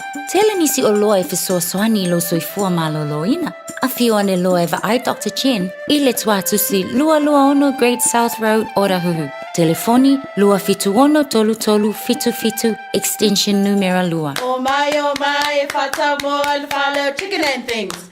My popcorn chicken, crumb burgers, my marinated wings. Le Chicken and Things, numero 1 di Melvin Road, Onehanga. Te tala mai I le iwa le Taeao anga I le lima I le afiafi, a songa fua I le asu tofi, ma le iwa le Taeao anga I le tolo le afiafi, I le asu wharaile. Telefoni o iwa, whātasi ono, limatasi o ono. o le aiai si whaapitoa matau tia mo le tatala aloa ia o le chicken and things I le aso ono o ke topa. O fia maua sau ta vale po sau piki apu. Ai tongi ta I vaiaso, lua vaiaso, pe ta I masina. O le sleek cars o le a maua ai le fisosoani. Ua ta pena le au whaingaruenga a le sleek cars mo oe malo a inga. Aua e te popole I se mea e tasi. Te tala fitu aso, mai le sifulu I le Taeao, anga I le afo le ono le afiafi. Tele la lai au kilani I saute, vili mai loa, I le o lua tasi faa, fitu lua selau, po le o lua o, faa lima, tasi lima tasi. So valu bito talo le tula valu le tau mo rudi samos falima I tolu amo ta tu tala mai sa mo tau lunga foi na tala mai sa mo le neva so pata ia le valu e le tau nei talonga tau to sa mo mal kiwi ni sila I le aso sa nei bava tatu tickets o lo I le na mata mai le se fulu ana nafi o lo ai tatu tickets o fee ma se vai ngai a lo titiro atu tickets mo tanga matua sa tolu se fulu a le pa o le los fulu tickets mo tama sa fulu ma tala lo pa o se fulu a fane so office on the Pacific Easy money transfer le so mo mai tatu tickets na o le titiro atu o le bronze category le na mata na fis fulu Taeao e o mare se fulu Taeao Alo ye fo ia tau fia mo tatu tickets umana so tu langara ia so tickets sa sell mo kata matu todos fultala le pa o los fultala o tickets mo tamai sa fully matala le pa o il se fultala e umane se fultala so tala lo officer all Pacific Easy money transfer o ta hu mangele ba o tara e kofulo ia ngai mo wai ka ko tickets ka o fia ia mala foi no kupe sa mo ko sa pele ngo mai sa mo ka ko ka lo le fa Lau sau longa ta vai pesa o ia fa vale le fua semi o le koe ma fau la kapila ma fau milion ia sa ola ia al tu langa na fam na tu na tinu awone ngalo e o se fulu nei tai o mai ia sales ia tatu tickets so vavena ia fa nei tatu official na Pacific Easy o tara o ta hum bagele no fanga banaro pa tawe tatu tickets nga fa mole na on fa ta tu pulenga ma fanga rengal Pacific Easy money transfer ma no fa tele la tu fa longo tatu o fulo fa ngaina ia el tara pukala mel nei foi tai fo ia nei ma tu le alo su fo nei va yaso ia walta pena ino nei fa na ia malo hale on sa man tol ba son nei le na man tel solo te fa ya onga onga ba lunga ia le na mata mai lava I le mtanga ba so ko po nge era so mon modio nge fa so mo ni si fa senga wala le sa fa nga so po de ola so mo fa senga ele ni la to anga fa ya ia talo fa nei jamai o le wa sa ni mo end of year exams ia mo tulango ia so nga fa nei fa na ia le nga alpa ya pakaku da lo baru solo ke fa ya onga la to ya ele ki fo sis ya o fi wana fa onga ya kwa idea ngo mari mano se ko si la ko ya paulangal me mo ya fa ne mo ti ya la to onga ya ona tsulel malom fa ti o mai fa ya onga ile misio onga tamaiti o va nga I wata tau ona leva ona pui ia la to pui ina ne ia afia tamaiti ya lela fa ki o mai fa ki o aku ya ai afia ina tamaiti longa tuso certainly okay talanoia onga o university au kilani o para melo I uche na ila ko pe au te losa ave university ia courses foi mo le waitangi po le vaenga maoli alo kiki lo ku pe au fa so mo le vaenga le e tulang ke lo po ni ia inga la lo tanga venga o ngar malo po ni si vaenga foi pe nei le Auckland University pe na mawa nei ta le maute la tu na ia ni sailing fo ia mani fo fuanga mautino ai ele ai se tawa tele ele o ia se tawa tele o tamaite la tu te o ina fo ile po le o avelenga ngana maori pe na o le pepa le I time o ala to courses so o le ala o tama failo ala le university ina ia ni si courses po ni si mata upu e sui tu langa la ile mata upu pe ona wa ia lava kai me fa pe ia okay e tika kule le study le treaty waitangi ia Teka kulvaenga le kokongi le course le ngana Maori. Au lea na whailo mai nei 2 or 3 weeks ago. Le turanga fo e moni lava o la sama white credits at maiti. But ele iai se tā wa tele foi i le tilo lau tele al mtanga wenga wa onga mo tamaiti onga. E mai se lava foi tonu le university lava ia wa onga fa le university so o le lau tama fai foi. Ina iai nisi mka opu. E mawhaila ona tu i le vaenga le sa iai le mta opu lea. Ina ia mwhai onga maua pia credits at tamaiti onga. Sa le au le whai al tāta wha Malastino al Taeao o le vaenga le o le liva i le whanga solo tona New Zealand e le tulanga iai ia sa wanga fo ima winga le manuia whai i lalo vaenga ia le ono o i lalo o le vaenga le glory vai o la Christian community o te wawa atu i lapta inga lewa watu e leo ma leo ranga tamariki fo i lele ina ia whaalia mea tonu ma mea sa whai mona tau ia a whanga solo suenga wa whaisi lepa keneng whaisi suenga i o le vaenga le tonu New Zealand Mautinoa ma wha mautinoa fo i leo ranga tamariki a mesi fo imtanga luenga o le leo nisi sol tu la fono matu ia o le sol tu la fono lava la lea ua whaalawi loa ma whaalawa i tele sa whapena fo in whaatala noa nisi sa avea ma taitai ma nisi na avea ma advocate po i lato fo ia na whaia ma sui e o mai e ka o mai le mesi sentupu o le treatment o tamaiti e mai se lava i pepe whaile whaatonunga ma le au onga na ave i matua a kangi lau kamal kaimelo loku ia se i vai e hatu whafonga ia tapuni le ngutu ia kavalo na ngutu alo le ngā kavale isu inga ia awa nge i koe kangi se ia o an kau mole kau mole lol ka mai kiki ia longo winga ele ale koe kangi ona ole manatu le taitai va ai ka ko fo ile ile taitai fa mai o ia e le fia le mole lol ka mai kiki ai kangi ia ke au ia se makua i fa vale lava vai atu ia le fa fongo fo ile tunu ise taitai ai eso na manatu fa apea ma le treatment po se fa mai o le discipline le anga fai moka mai ia ke au makua i le tala fia ngai sa le le to lo minu to talo le to la valo le fa ka ko fa Malastino le Taeao mai ro fa Malastino so ma taro tala mai sa molto lungo na tala mai sa bora nei foi vai aso ia le ngalo wal waku sau to Samoa yo al sau to Samoa ma se va weki lunga yo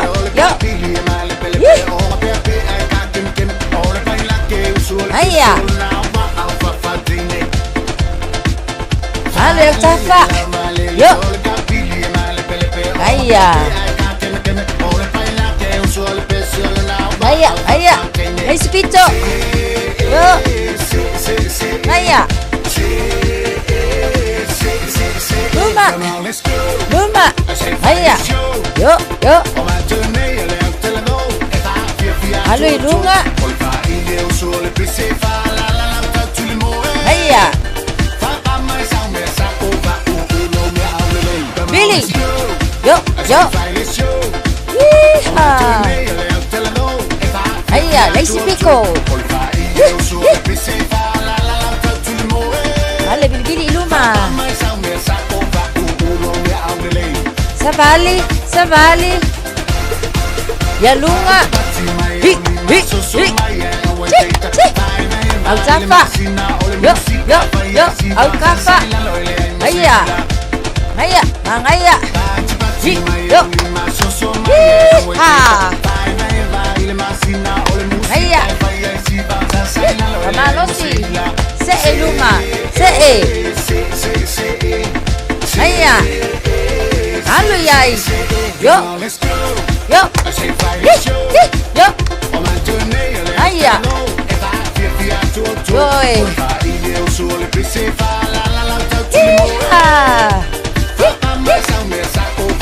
Yo.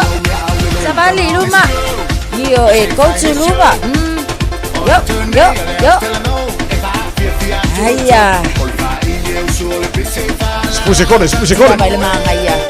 Ya, savali le mo. Ya, ole sela, mana vai totono. Mana vai fafo, totono. Mana vai fafo. Manuia tele lava il tapo ingo tato au ile weekend. To fa soifua. Malu soifua. Ol se fufonga Samoa, Radio Samoa, tasilima iwatolu amo. Se kia Radio Samoa.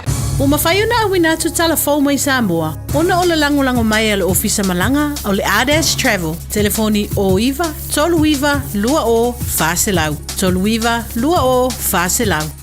O te whatalofo ilo tātou wasinu o tau arungo re ngā ruenga o le vāiaso, tala tau longo usi mai alau whaafonga. O amata tuli nei le whaasalanga solo atoa i le wharipui tānu malala. O le tau lele aluas furufitu tau sanga le matua o kiuma talo uli levi. Ina wa wha maonia lona i o ina o le soli tū la fono. O lona wha o le maliu i seta maititi e se fururua tau sanga le matua. O le asoluru o le vāiaso nei le wha masinonga mawalunga. Na umai ei lea wha ai unga le wha masino. Le fio ngā whepulea ai ame perosa Roma. A o nofo tau fiai le wharipui le ua wha asalaina. E wha tali lona wha asalanga. O au kuso le tau sanga le te nei sa le la valu i savai. Na wha tino ai e kiuma talo uri levi. Le solitu la fono na ia umi ai se a upenga. O le la umalosi o le itu a inga o le luas fururua po o le pulutasi. Na wha ria leo na wha tino le solitu la fono. A moe le tamaititi i tonu o le te inamu le po. Na wha ilo ai e le komisina o leo i lea teimi. Na masalo mia o se solitu la fono na mafua. Ona o se whainga wo le wanofo sala. Ma le tua fine o le tamaititi ua maliu. O aperilo le tausanga ne ina fua. E vala awai mori mau ina ua mua te e le ua whaasalaina i le morianga o le fasi o te tangata wha moina. Peitai, o le masina lea na suia ila na tali i lona i o ina, lea whato a au mai le wha ai unga o le whaasalanga i le vai o senei. O le maua ni totongi wha pea i tū la whaasiri po o teimi. O nisi o mafua anga wa wha iloa e se mori mau e le ima whai ona wha maonia. Na mafua ai na le ai nisi o le au whainga aruenga o le umukuka le maota ngase i mototua. E o atu e whaatino le latu au nanga masani.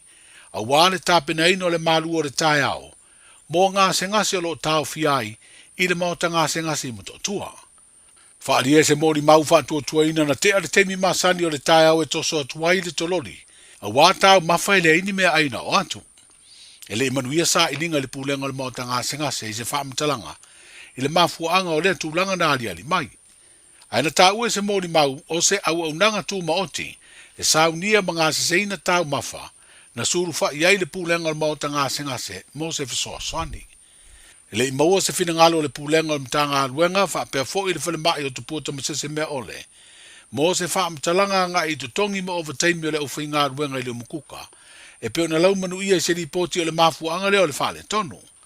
Ai peo na si le fia lo whaasoa tupe le malo i le teimi nei, ia ingo le fuafuanga tau tupe whaana tinati le emergency budget, i le wha moe mai a lea tūlanga i le wha ungo le masina le neo o ke topa, ma a mata whaonga ai tupe masani o le apasia, i le tala utua le tupe o le atala noaina le pāle mene, i le vai aso fau o momo nei.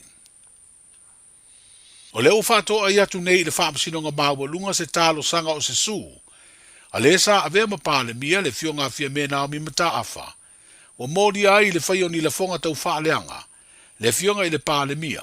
Sunga la audi le mali atoa le ua tea polata i Valfosi Smith. O le asolua le vāso nei na ua toi ae ngā ruenga i le tuanai o le aso malo o lo le lo tua tamaiti. Na whaurua tuai le lo ia o lo fina wina le tangi. A le sa avea mapale mia lea mata upu i le wha moe. O le a whaatulanga mo le wala unga mo mua i se teimi. E le o toe mamao. O le tangine nei e mafua mai se saunuanga le teitai o le malo. I lona tūlanga ui o le teitai. O le vaenga wha upu whai o le wha tuatua i le atua Samoa ua tasi. A o whaia se wha alau i loa tau wha toa sina lea pati wha upu whai sa vai. A o le whaia le palo ta tere le tino. Le ana ia ta uaini a fianga o le fionga fia mena o mi mata afa. I le soli tū la fono na mali uai le tamaita i polo fesa. Mai Amerika Samoa. O Caroline Sinavaiana Garbert. O se tasi o tau aingo le li pālemia, le tamaita i Alice Marie Schmidt, o lo mori ai fo i le tangi le sa avema pālemia le tano. E miliona se lau afe po le tasi tesi ma le tasi miliona ta la, le sua le fionga fia mena mi mata afa, fa sanga i le pālemia malona tau songa. Mo ufitia le au pongi saan, fa laptonga o tu stala ma le au faasara lau a Samoa le Jaws, ina ufa te ia le tala wha noa. I le maliu whaafuase o se tasi o poutu toa o le whaalaptonga, sa avea ma Palestine mai le tausanga, E lua afe sifuru ono i le lua afe lua sifuru, le sunga ia Rudy Bartley. O ia o se tasi sa tu malosi, e si tia le whaatau ai o le sao le tonga o tu stala, i le whaatino ino le lātu ngā luenga, ai maise ia muri muri tai ma tau sisia, le tai ala e whaafoe ai lea au unanga tau e lea tino. O le sunga ia Rudy Bartley e umia se tasi o pisinisi whaasara lau, le WT Media, mo le tele o tau sanga, mai whaapitoa, le sau nia o ta video mo por kalame e whaalap tonga tu maoti, manisi o mtanga aluenga, ma whaalap tonga le malo. O le toe au mai e le whainga malo le paya inga le pāle mene, o le tausanga lua afe sifuru ono le lua afe lua sifuru, o le tūla fono e mori ai tangata lau tele matu sitala i mori anga o le tau whaaleanga, ia ia ingo le tūla fono sori ngā tūla fono mamafa, le criminal libel i lalo le tūla fono lea ta ua le Crimes Act, au avele sunga tui la e palupe sori aisa i lele maria le ngoi ma pāle mia. Na finau malo si eile sunga ia Rudy Bartley i le pāle mia i lea vai tau, e ta ofi le toe whaonga ino lea tūla fono. Peita ina manu malo le fuanga i lea teimi, ma toe whaonga ai lea tūla fono se ia o mai lava i le teimi nei. Lea ua mori ai se tasi o tamai tai tu stala, o lona whaamsinonga ua whaatūlanga, e su e ai mori anga i le masina fou o November. O se whea au wha maise mai le Palestine o le Jaws, le wha lap tonga o tu stala ma le au wha asaralau a Samoa, wa ave ai wha maisenga ma wha mawhana whananga, i ainga mauo, ona o le tuua wha fuasei o le mawhutanga i le ola nei malea tamali, sa tele sona sawa o ngai le ati nai, o au nanga wha tu stala mga luenga wha asaralau, i lo tātou utanu ini tau sanga ua mawai. Manuia le wha ungo le vai yaso, saifuia. Talofa, we're the Katinas. Talofa, this is Pat Lam. Talofa lava o aola pi marina. Mau belo li tio. I le Radio Samoa tasilima iwa tolu amo.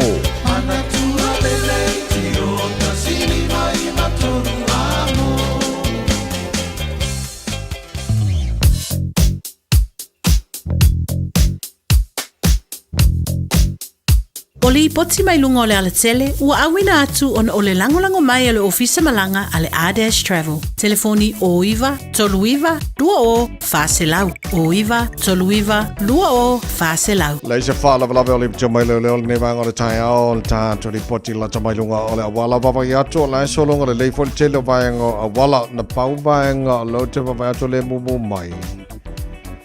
Le Demo Taeao, pasi atu o Mount Wellington on-ramp mo tātolo State Highway 1 city-bound. Whapena foi Alice Lee Penrose. Pauna vaenga lo te vavai le mumu mai. Pasi atu lo Alice Lee Penrose, whasola to Green Lane, Newmarket, Gillies Ave. Se pa ila vatsaulanga kilani, seki. Wa seki mangai a la pisi la flow wa. E pauna vaenga lo te vavai le mumu mai le vaenga le Taeao. Ma ne foot flow o le State Highway lo se fulu malanga mai se sifoanga mai sauti nei. Pau arvanga lo tupa vatu le mumu mai around Rainbow's End. Ai le io o le link o los furuanga le southbound State Highway 1 na pau arvanga le mumu mai au isi banga o maseki. Se fulu ono tatono malanga mai si sifo. Pau fut banga lo tupa vatu mumu mai pasi mai Point Chevalier on ramp fasolanga e Western Springs. Pau arvanga le poloka mai ne vanga le Taeao. And also around Kumeo and Whenuapai. Ia mo tātou sifo au isibanga umarabara wala le flow ma nei lava nei teima le Taeao le ngate lunga tātou highways whapena fo telo nisi vanga na wala ia o teimi masani fo pisi morinborina nei whanau le onga apitavale whamnatu masani le tātou pokalame whamonimone a orso ona whaso so ina lo sa i no whanga lo o kolosene ta maiti le wala ia wanga ia tu le onga whai unga la tua onga ni fo yaso tātou li poti lata mai na e lunga o le wala nei Taeao. Sa molanga mo Samoa ma le Pasifika a fio ane loe le la lao le R-Dash Travel i le tasi malu lima Great South Road i Marirua po o le fitu lua o Shaughnessy Street i Papakura mo wa pase se pa u wala au loa le R-Dash Travel i le o lua lua whāwalu o po o le o iwa tolu iwa lua o whā o le R-Dash Travel. Tasilima iwa tolu amo Radio Samoa. Malo whawtaila tunu lau mai momala whawhonga nei taimi o le Taeao le vainga la tamaile nei le talo le tauwa vantu Samoa lua se fulu ma le tolo i le mawhana whano le ea wa tere balu i Samoa e tu mawinga langi le leo le tau le tunu le nei fo yaso se vangnani se vai ngo Samoa pa o timu ala matele la van langi le nei tau le nei fo yaso luas fruiva ngal tol se fulu degrees Celsius mo lunga le velo le Samoa e nei yaso luas marfa i lona mawalalo ya pa nga mo tala kalame so se vai ngo Samoa ma America Samoa mai mo fa fonga mai e malo la ba i le soi fu mo rio Taro papai le tau o iei Australia le nei fo ias for Rayleigh fa taro fatu panga o mala pal taro kalame so sa Australia malo la versi fu mo rio se fulu o la ele malu lu le la moi Canberra le nei vanga le Taeao o la fa solo malo si savili ni so taimi se suru mata ngo file la be bela le abo tau los fitu lona maurunga le so sole maru lu Hobart fulu marunga maru lu awa pa o timu ni so taimi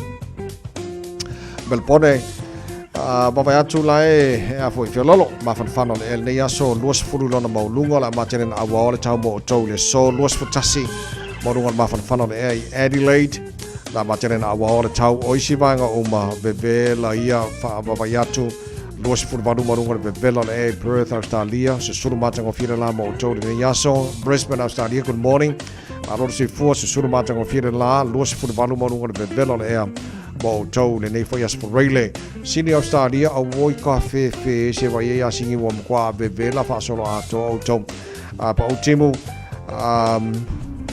ka ma no si sabili la titi ni so tiny tolu se fulu malua o le morunga na bebe la le mo sini Australia le so fa solo point awa pa o timu ma no si sabili Darwin tolu se fulu ono o le morunga na bebe la le so and now Hobart Lau te wawai atu Melbourne lai tau maruru la titi au si vai ngā umo Australia o ka whewhe ma kua vela fo le kōpiko ia le lei fo mai le talo le tau no whanga whasalonga veri Samoa tamaki ma kaura au kilani sifutolo le maruru le nei vanga o le Taeao wawai atu whafo o ka e ua ma kua e beautiful pineapple le susuru mai o le la le nei fo i Taeao fau o winga na tau le so o la langi le nei le tau le aso a toa se fulma iwa o le maulunga le malu le ea mo tātou au kilani le aso iwa lona mawalalo tae ape au liam whasolo poina awa o langi le leili tau ma ne mawhanawhana tae au luas furu lona maulunga whasolo ina langi le leifo ile aso sa ma ne mawhanawhana le aso sa le aso lo tanonga le tātou toa sa moma le kiwi e New Zealand luas futasi maulunga le mawhanawhana nawa aso fau pe au lia aso ngafua langi le lei awa oa pa au timu le aso lua pa au timu le aso lulu ma la stofi le aso lumana eto Fama mongo o manau tūna mai lama tau nei vaenga o le Taeao le atunu o lo alala inisa vaenga o le nei kelope i le taltonunga o lo maria mari tau mo o tau i le nei foi asa fau a tātou o lia le tautua mo le Samoa sefalima i wa toru amo e na ua se furu toru ma le awhana wati ai nei le tu la Malu Tāru tala mai Samoa whai unga nei vai aso pēna whaafonga ne tunu o le atoi whaasala wina mo hoi pēa tale tu la se furu ma le lona aure le so ma le fitu po ana nei ia moli whafte tele le sui o le tātou ready Samoa i pia le whionga ngaru ma le mana tu ma le bawa tanga vai tipi o tanga vai malo whaftai au nanga foi ia ma le tautua tunu longo pui li e Samoa i New Zealand nei ma so se tafora nei kelope tele mono tupu i Samoa o le sunga ia Rudy Bartley o te loa la o whenua i muli le fo i alo to mai tono Samoa vaenga so se vaenga le media whenua inga muli o le salpo le lua whenua se fulu lua le sa whai le tu ngā whau tasi ia sa mātou whenua ilai o il official 2AP muli nuu o ia sa vai atoa vaenga technical side o me uma o le tunga vana whaia so o le maununga leo lonta mai i foi vaenga sad to hear ia ne foi alo lau ilo Samoa tulanga o lona to mai tulanga mea tau le media Samoa ia tauina ia ilfa mai senga le nganga le tua a inga foi woma e masani a masefo la tu stala Samoa tino tele on bisia so Rudy Bartley ia pe ona maua fo ia tāru tala mai Samoa ni fo i Taeao fau ia o nei vaenga nei Samoa isi vaenga uma whaamsinonga me uma ma le whao lima whao ngā ila au malosi mai isi vaenga kwa le mangu ia fo ia koe ngā mea whapea mai mau ia ola nei whanau ia ona o le whao lima ia pe ona moni mawina fo ima liputia mai na vaenga sa tupu mo tele sala fai tau sia una tu mai me fa pe Samoa. So tu langa na yes fulu no le chane le tu la valu o si mai fa fonga tau runga le yaso tato ma fa sa bo.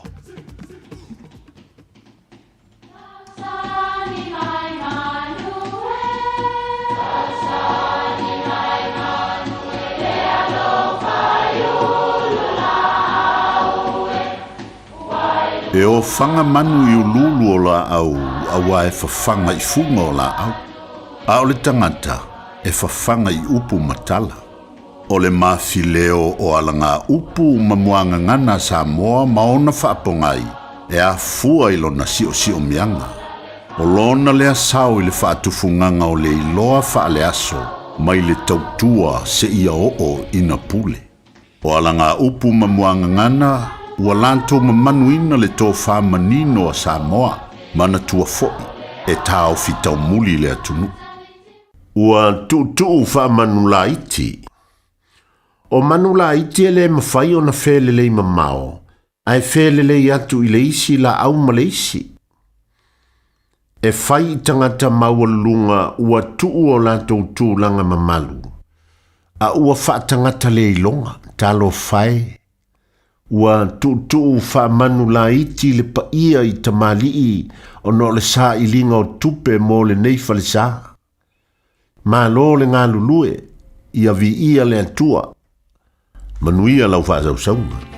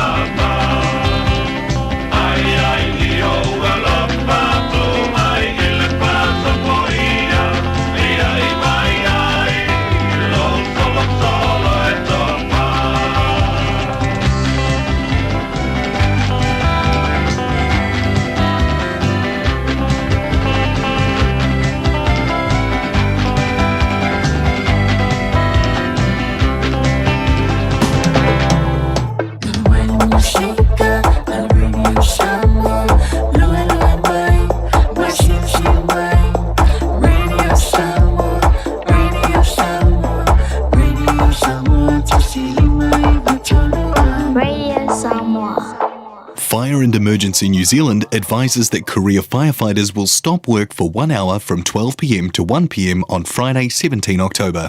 During this hour, fire and emergencies response in some towns and cities will be delayed. Please be careful doing anything that could start a fire. Do not leave cooking unattended. If there is a fire, get out, stay out, and call 111. To see if your area is affected, visit fireandemergency.nz. Right now, measles is in our community. It spreads fast and can cause serious illness. Symptoms include a fever, cough, runny nose, sore eyes, followed by a rash. So if you or your whānau have measles symptoms, please stay home and call Healthline for advice on 0800 611 116. And remember, your best protection is to have 2 doses of the measles vaccine. Find out more at info.health.nz/measles. Experience the crew care difference. Crew care. Looking for an opportunity to build your own business? Start your own cleaning business with Crew Care. You'll be joining one of New Zealand's fastest growing commercial cleaning companies with 12 weeks professional training, flexible working hours and a guaranteed income after 2 years. Find out more today. Experience the crew care difference. Crew care. crewcare.co.nz. Poi loe mawhai o na whaongara o Q7 e whai ma te pause moro whare mōmua. A whai whai o Yeiso mō kesi e mawhai o na tato sosoina o nisi a wala I whare tupe sese a tonu e whetau I mai tūlanga o roa langa timi nei. O na mata o nanga I Supreme Mortgages, mato te whesoswani e sue se tali mo first home buyers and refinances. Para o mai au Sam I le orua tasi o valutasi toruiva, valutasi pe emaili mai I a sam@suprememortgages.co.nz.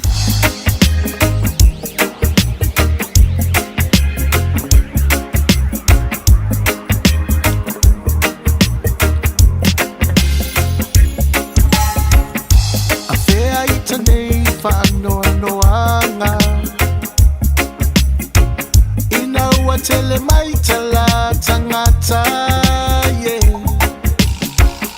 Watu silima mai lo ufa atauva ele ai se si tonu ile nei olanga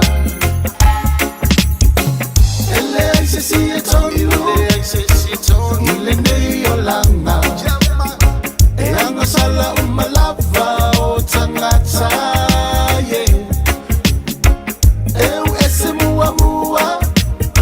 Lela au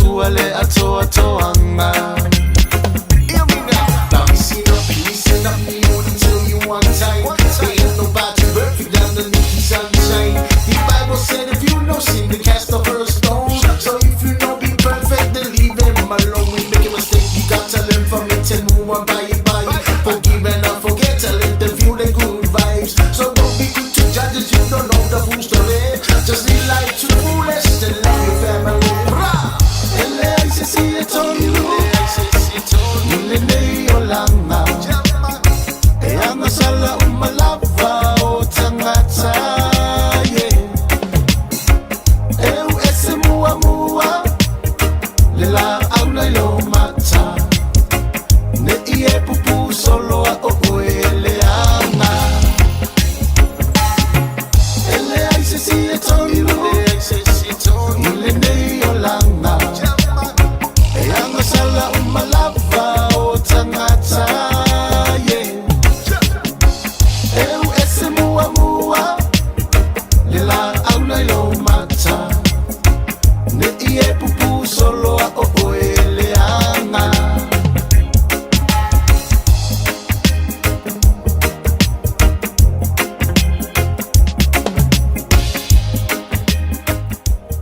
Sammy ato mwhakikianga le Taeao e lei se tonu le nei o langa ina wa awha tonu le tula whalu le tūtua mohani koe Samoa Sfalima e wa tonu a mo asafraila vasta tasi o le tāna pakalame wa lesi mo so oi wa tātou le fatasi ma le sunga so alo se tumua le tātou ofisa nei a lea la ka kua siasi Samoa wala ua e vai vange le mangi o le mawhana whana fo Samoa le nei fo i Taeao fo so alo ma alo le si fo manu i le nei Taeao Malo fatavai. Alo. Malo le usu, malo le tautua. Pāwhero ai fo i le pita whafonga e mese o le tāpua inga le tātua tunu. O lo tāpua i whaiva le tātua o nanga tawai. Malo le usu tawai. Malo le si fo. Wa vai atu background mangi ki le suru ma le lai Samoa nei Taeao. Alo whangia le tua Samoa tawai o ka ngai ma. Yeah. Ia, ma ngai o le la. E o whaira le kau. E le o me vena kete. Yeah. E ma vera mai o le uli vo le kasi po suru ia kai mingi e se ma yo le ma lu ka vai ko nga ma fanga le mga me ka ko Na nei le lei sa ma tu tal no nel Taeao ma le fionga ngal man mana fa mai eser kero palolo ri ona sa silsila nei e ko la iki aku ia mo e kere palolo yeah ai kere ko au ai u palolo yeah maka o kia le o mo fe ku ule fa a fa fa la ve vidi mai ai pa ore fi vidi ko le kali mai ya ta ko mo sa ia yeah e ai le fa so ale fa fi au le o lumma doctor lumma le al baptist yeah lai fiki e apena mo se si o ke kero parolo fiki ai mai da lumma ya o nga ye ka ko mo fa ka parolo ole respecting al parolo e pe karingo le e upo whakamasari e whai ula e mangongi ai kari wha almere iai o ngā ala koso e samika paroro ia sa wot whakau e ala pio whape ngā o ngā ki whai rei ai Samoa alo mangu iai whikere o whakau ia pio rangkalanga o paroro so kanga yo a inga e kai kasi kau sanga ngo e mai asia pia paroro ia laku meka ngā reisa meka suka ai sa ole lei okay so le na ma wo so vai le sa silion tele palolo so ano o i fai kule ai sa den ai ko ngasa va i bara ko yeah ya pero lo foi sa o ma ko fai ku foi ya o que vai kwa ola va nga ya ka ko po lai mo parolo ya e vidi ma yases sa le si va nga ma wo le tangata yo palolo le marketi ya la fo ya so ape ke le ainga mori palolo ave mori nga palolo nei ainga ia mo ngai fa ka fo i mai a tato ina polu i sa vai fa penga fo i ia le kupe al mele wo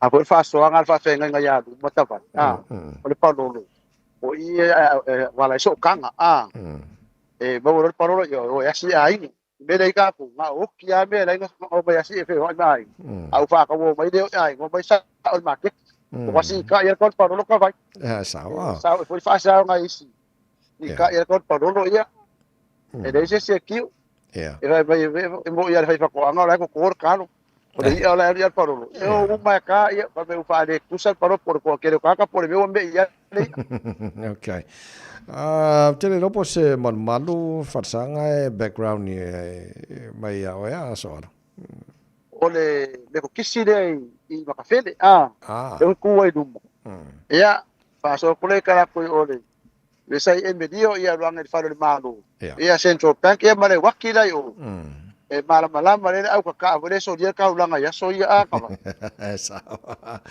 okay le lei wa e nai Samoa ia au te lo avel fa malo congratulations le nga tel falto fo ia te lei ia to te lo la to uma le saka mo mai mo local board mangele o tahu ia le wa mai al fainga paro te foi fa pitonu mangele la to mo tau o le nganga na nei tai au ta vai o le fia mori atu le nga fa fitai avia ia se vai venga so le fai maso yu ma o ma kinga le ai fa fitai lango le tatu atu o go ma pa anga ya me se foi o le so swan tede le tio ma la sunga ia ile ti hika ka awa so ko si fio ka ka mori pa nga pa lo ko local port nga ko ke ka lo ke le ko si pa lo ka por a nga me ko local port ya le la fa ba nge ia a ko go foi ma ele mo tau ia ke le ho sa le council fia fa nga ia e haya ia va nga le ka le so ka e so na va nga o swimming pools ia o me o ka paka o la bisi me o ma ka pas ai que se mo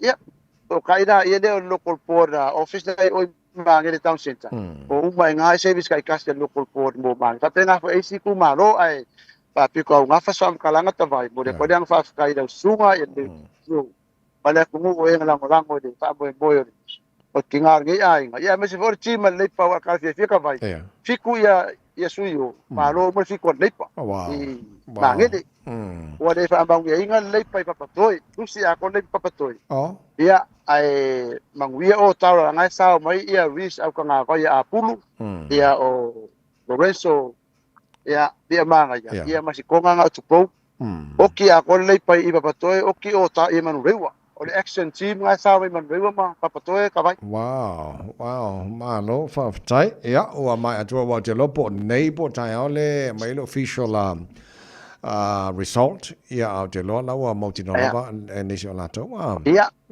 o special vote nga de sau kua se furu afe special vote ama kola su afe nga au kilangi a koro nga afa pasengi ia penga se fari special vote mange le o to ia alai ma ka ia fe lai ba ia en ko ele o ese swing Okay, le sa tata no na va yaso tulanga ia like send em ta vale mo na tu pulanga talo boe fa ele Martin Hotels o mai le tulanga o le fa awa wina lava na o ta vai o tulanga o tengo finga bagua ia nga venga ngai ka making ya ia ile sengi ave ka vale ma ile sengi ave lifi ma ile sengi ave doli fo ele o class 2 ia HT license le ala ro fa ngai tulanga la ikide ia o nga o de bawala mo sa o da o mo skeme o mai do e fia ka mai le ala ro fa marcia ia o se me fia pe ngale o male ia o fa pa ki o se ai fa ai ngafo ngale fish and chips fa ka mo no la au se paka fa pa ki nga o pasile la singe de ka me kik la singe ka me kik ia en claro se foi ka me ki ta vai a per kulanga ro fa o vinga per Martin Hotels Foundation Trust ia la singe ka me ki ba me no mo support ai ka me ke low self esteem ela ku na mo expose ila ko yeah they can't believe that they can do this kulanga nga it's matter you believe in yourself ela ya se suya lo la nga o era ya pe ole la ngata vai okay le na most time it se marketi ya manisho vai nga Samoa nga ka market punga de sai ya masi ba mo sa o ai lo super ko fa ai ngale kala ko market yes ma ngayo super nga ka vai ma ngayo super ku sa ya la no ya o lo ku mau na fa mo nga ngale ku ai me maka o la mafia o da se ko ya ai ko le da wa maka pal apia ya me maka maka pu akmore weekend kalau eu vou dar igual lá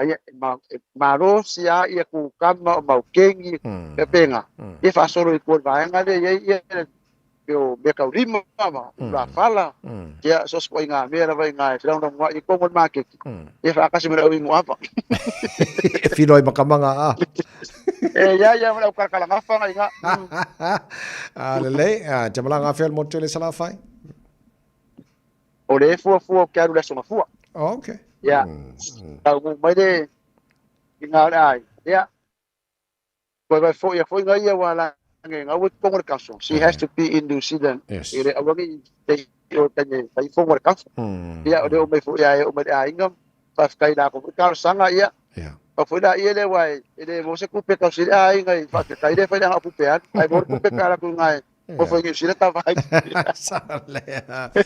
so alo fa malo fa tai mo ta po kala me nei Taeao ya mari fo ia nei mai tai mia ina Samoa ya fa tai mon matro va no fa tai mon lang ia ke msalo va ya sole ta va ka u lo ko pulo kulang o las fari va sole ka la lo pulo mana ya alo fa te le atu ta vai te so alo mori fo nei ya so mori lo weekend tai lava so nga so alo se tumo mal tara proklame wale si mo so oi ole nei fas forile ino wo lo so tasi mino tolo tano le tula hiva te pona mino tolo ta to maru Taeao Morning as forile ma tu oma sam morning to machina on the Taeao pesela mo Mr. T Everybody knows it, bravo, a champion.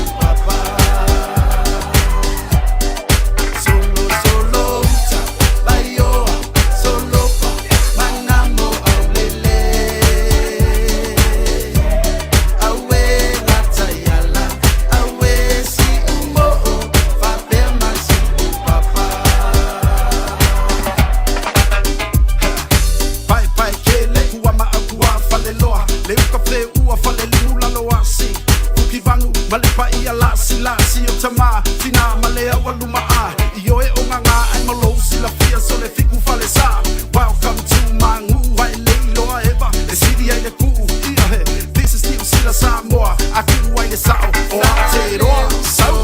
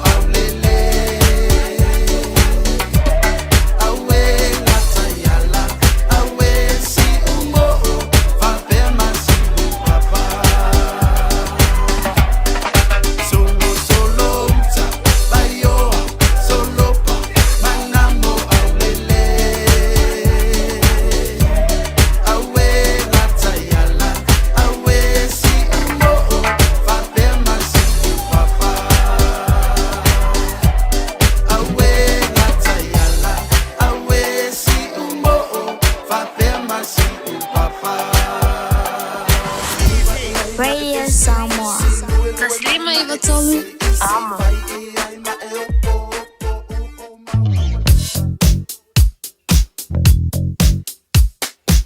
O le ipoti mai lunga o le ala tele, ua awina atu on o le langolango mai o le ofisa malanga a le A-Dash Travel. Telefoni o iwa, tolu iwa, lua o, whaselau. O iwa, tolu iwa, lua o, whaselau. Tātou ni poti whai umai runga wala nei tai amari nei whai whai aso o lo tu maun so longa le leimea umai runga wala le se whana lava li te mai le leo te paua maenga i o te whai atu le mu mai lunga highways State Highway 1. Around Tip Top Corner, Mount Wellington on-ramp. Te paua na vaenga le mumu mai, mo tātou malanga tu nei sautianga le taulanga iau ki Lani. North Shore, around Dairy Flat, and around Wairau Valley. Te paua na vaenga le olo mumu mai le nevanga le Taeao. Tātou malanga mai si Sifo. Highway Sumare ono, around Western Springs, te paua nga vaenga le poloka o isi vaenga mwana wala. Manga ia lau solonga le leim saunga le mume oma e le nei taima le Taeao. Pisi fo i o isi vaenga la wala, Mount Wellington Highway, Maila vai Pamua, around Silver Park, pasolo tuai on-ramp south, up in on-ramp city bound. Poloka ia le nei vaenga le Taeao, Te Aratu Road south, oka, kua poloka fo le nei vaenga le taima le telo isi vaenga la wala. Ia le lei e le isi whaam lave, o le pita mai leo nei fo i Taeao fo. Awa tavale, malo le foi, malo le sila, malo le whatotoa, malo le onsai. Ia, o le whapnatu whai, o le nei vai aso, ia te oe. Saunga le mua oero whafoina lo sa. Saunga le mua pasesi tono tavale lo e whafoina, ma saunga le mua tavale uma. So se vainga na wala le hao e lau whemalanga inga le nei aso, o lo o yo a-ao. Fua saumolanga mo Samoa ma le Pasifika. A fio ane loe le la lao le R-Dash Travel i le tasi Malulima Great South Road i Manirua. Pa o le fito lua o Shaughnessy Street i Papakura. Ma wa pase se pa u. Wala au loa le R-Dash Travel i le o lua lua whāwalu o. Pa o le o iwa, tolu iwa, lua o, whā o. Le R-Dash Travel.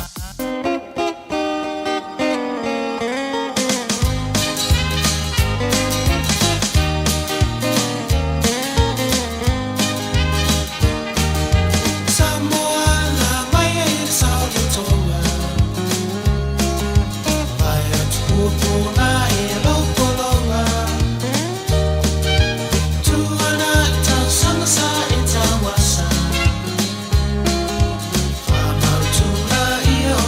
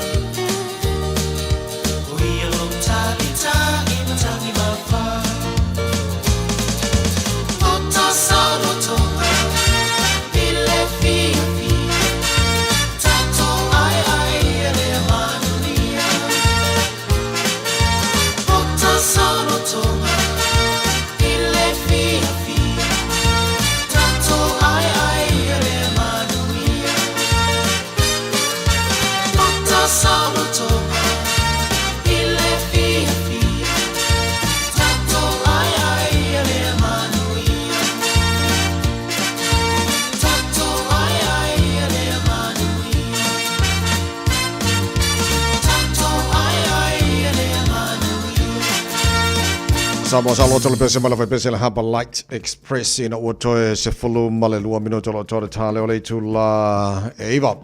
Ya, ua fatis male whionga le pule diti sound ya fai on fa alau tele oni se vaenga lo lato o nanga. Ya ana wesi fili le ya au e te pena jalu Samoa amu i oi. Ma ai ke deka waru Samoa e so ye le sim card lau ke fongi fa Samoa. Na wai official diti sound nei. Fa ina fai o mutu langa na mo. Oi la fa nino le whionga la pepe tuna tale le lo fatis mai la pepe fa te mo te bin le tai malo le se fo mo di. Ya, whawhilo ai atu lau sunga leo au. Nei fo i taimi le Taeao, Malu le usunga le tautua fo i si o tātou atunu. Ya, whawhilo ai atu fo i paanga le tātou pokalame. Malu le whamalo se o leua. Tātou taunu mai fo i si uio ngā ruenga le neva yaso. Ya, me se el tō tele. Ya, o lea e luku fau e dal tātou tālonga le la sata vai. Sa o le sa longa. Mana ia, mana fo wa matal talonga leo le so sa pinga le ipol Pacifico le liki. Ma ga irka kam tam fingal taro to Samoa. Ioi, vai sa ticket le orto Samoa. E wutto ma fo palolo. Yes. Eta mo fia ku ticket de matamata i Samoa lo tawo palolo pa. Sa le. Ale mai ta watu ta vai. E ho ringa mai e fai asi tele o tickets la ya vanoa. So a fai o ye inisio o tau fuafua ye ya ngai. Ya, a waile la to special no fai an nafi na o ana nafi ya. Yep. Ya, desa tai lua sutala o mai ticket ya lala o maia. Ya, la vai tele a ticket le tai to mu man smart. Right. Ya, e talo sia. Ya matualang moana atua o ya ta mo mi se tatu au. Yes. Ya, o la e va ai mai. Ya, wa temina o malotu. O mato nai. Ya. Vai loia tanga o le jacket foi lea. Ya, to mongo ye me na to na ya weni to fa ta uso me ai o. Ya.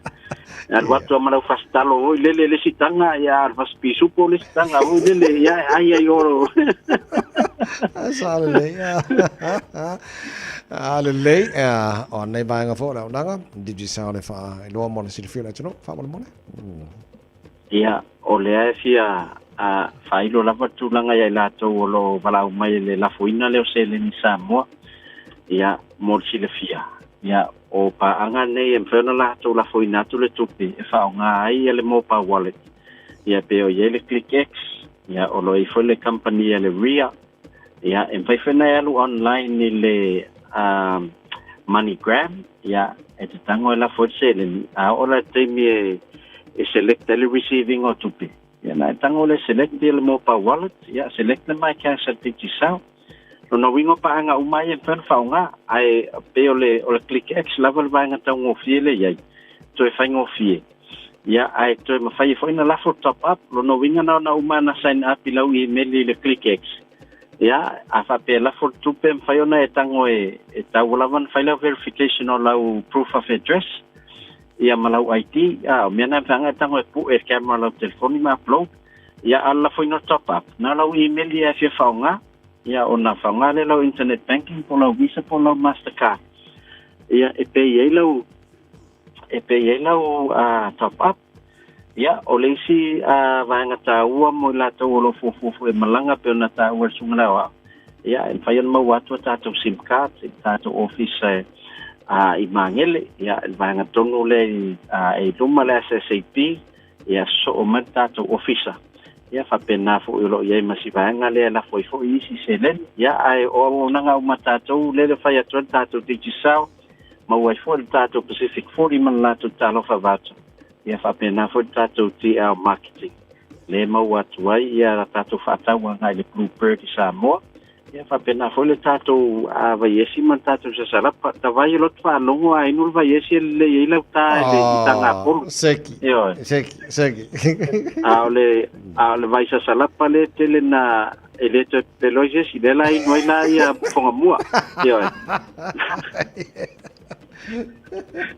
Mana o vai e fa sa mo pe na bebe e fa sa mo pe fa nei tato vai o tato vai au mai sa o company ta o Samoa Herbs mai ale sa nice ya o la to ia wala to faia ia tato vai le u fai foi le tono le pauta ina ia umiona faiona faunga umina store ia wa le pepa e tasi lua sfutala ia na le afa teaspoon ia sutono le ipu na mix le vai vela na inwale pela inula kofi Oh, nice. ia o fautua mai fo ia le tatou a tatou fo ma ia au mai le tatou vai ia o la nga fo tamale tau tipila ko feta au asui la wi pusa sala po la wesi ia a tono e alo lua ia mo fo ma no si le tel ma tau fa te atu tel fo yo o mai o tino ia Sa le mana ia.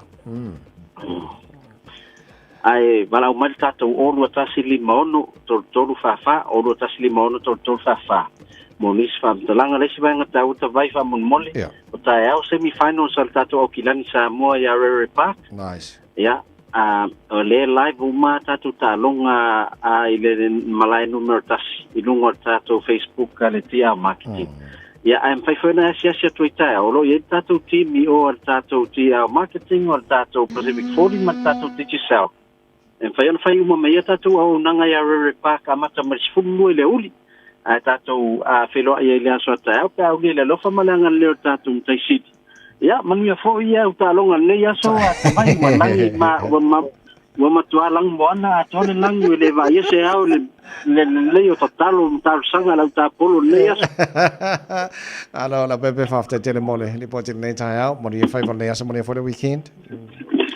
ia fasta so fo Le fianga la pepe tuna tale lene o le presidio tato company digital maltato talanonga ne foi Taeao fo by non te famna tu tato bronze category o tato tickets o fanga solo o se fulu nei Taeao e mai el tato sei o fanga solo mo tickets mo tanga mata tua sa te tolos full tala le o los full tala tickets mo tama sa full lima tala le o os full tala e te mo tato tickets ia pe ai fair ia la tolu o le Pacific Easy Money Transfer o Tara o Tahu mangele ba vene ia ma famalo si mai kapo ka ko to Samoa ma ka ko fitu Samoa ta alo ele sa nei ko media stadium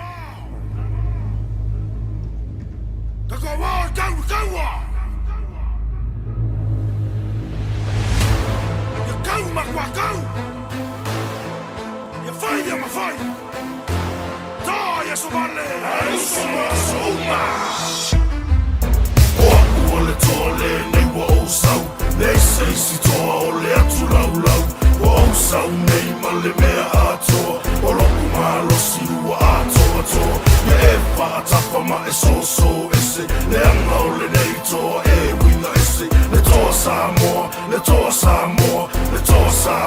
o mai Samoa Whaavongo ifu, kulo lava Maloto ina, ma puka longa kama Fiam ka maka si waka liit ka mio sanga lak piliki Ngau whaalongo sa watoa, ele ulaula ya se isi Payaku lalau kala, ele marosa la awa kama Yo ingoa toa, kaua mo Samoa Malo pol malolo, apu shei whaasola koa Kau ka ua ngi Samoa, ila rang mane wasaroloa Te whaiak pela lau kala le e wingar kako au Kele kingo ngia o loko ka mai kele whaapiki Ka ngua lea le upu, lai tiki a ai mai ngā whaike vela mai e kui kingo E kuru fuko ai mai pau whitwhili, whake i a kui lunga Whai mai lea whai longa miki, e whakua kufo ilu Whai mai lea osor whamali, le koe kele la sau karingi whape mai wo whastausi O mamu o ngā molo toa, leo kom whai e koe vivi O aku ole toa le nei wa osau Nei sei si toa ole atu lau Wa osau nei male mea atoa O loku malo si ua atoa Ya e wha atapa ma e so ese Le anga ole nei toa e wina ese Le toa Samoa o mai Samoa O lakpiliki o ka alonga le au papae Kulanga le wa yeile to maofa maoae Ke kulo in malai e peise pomu paka ape Vevesi umai au sisifo masasa awele A e momoi fai menga lule ele Malo e peise posi masuki a mangee Sasi au le teko, ku yeile kee Momoi le vau o le siko, uso lau se awala A fai we se la se ka alo mai le loko A wala vange e fefe, o wala kafe koko A maua le polo uso maka ala maka poko Ma a pua ka ma vavelo ku i lunga mlo sala so o sau E alu malo i lo o le kakalo ak Samoa Nga ia e maua le ola malo malosi ia a koa Ka alo male mau kingo o oi o le koa mai Samoa O oi o le fika kau o Samoa mo Samoa O aku ole toa le nei wa osau Nei sei si toa ole atu lau Wa osau nei male mea atoa O loku malo si ua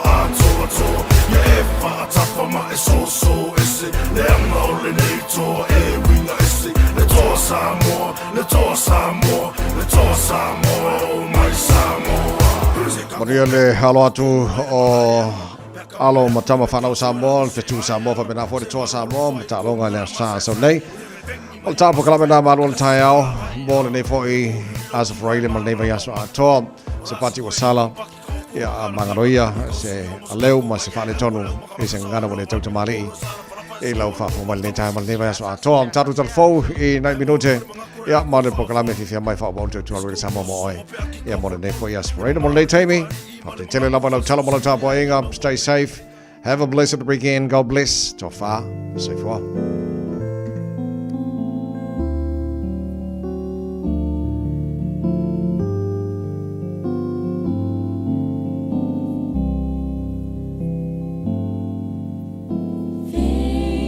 In God can move the mighty mountains. Faith in God can calm the stormy seas. Faith can make the desert like a fountain. Faith shall bring the victory. Fa'atutuele tua, mawhaia na si iti ai maunga. Fa'atutuele tua, e whamalu i nai le sami. E mawhaia i ona, liua toa wha mawai e puna. E mawe fo'i le manu malo.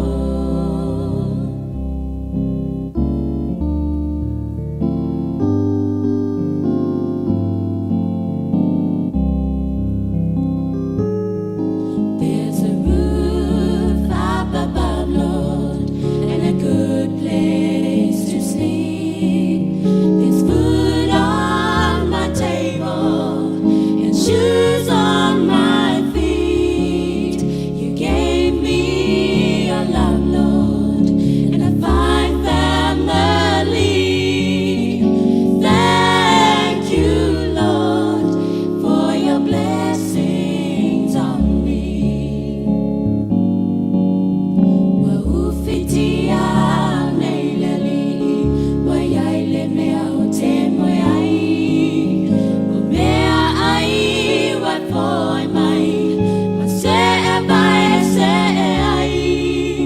O loa lofa wa e au mai, se ainga o te fia fia ai. Yesu e wa whawhetai, I whamanu ianga wa e au mai. Yesu e wa whawhetai, I whamanu ianga wa e au mai.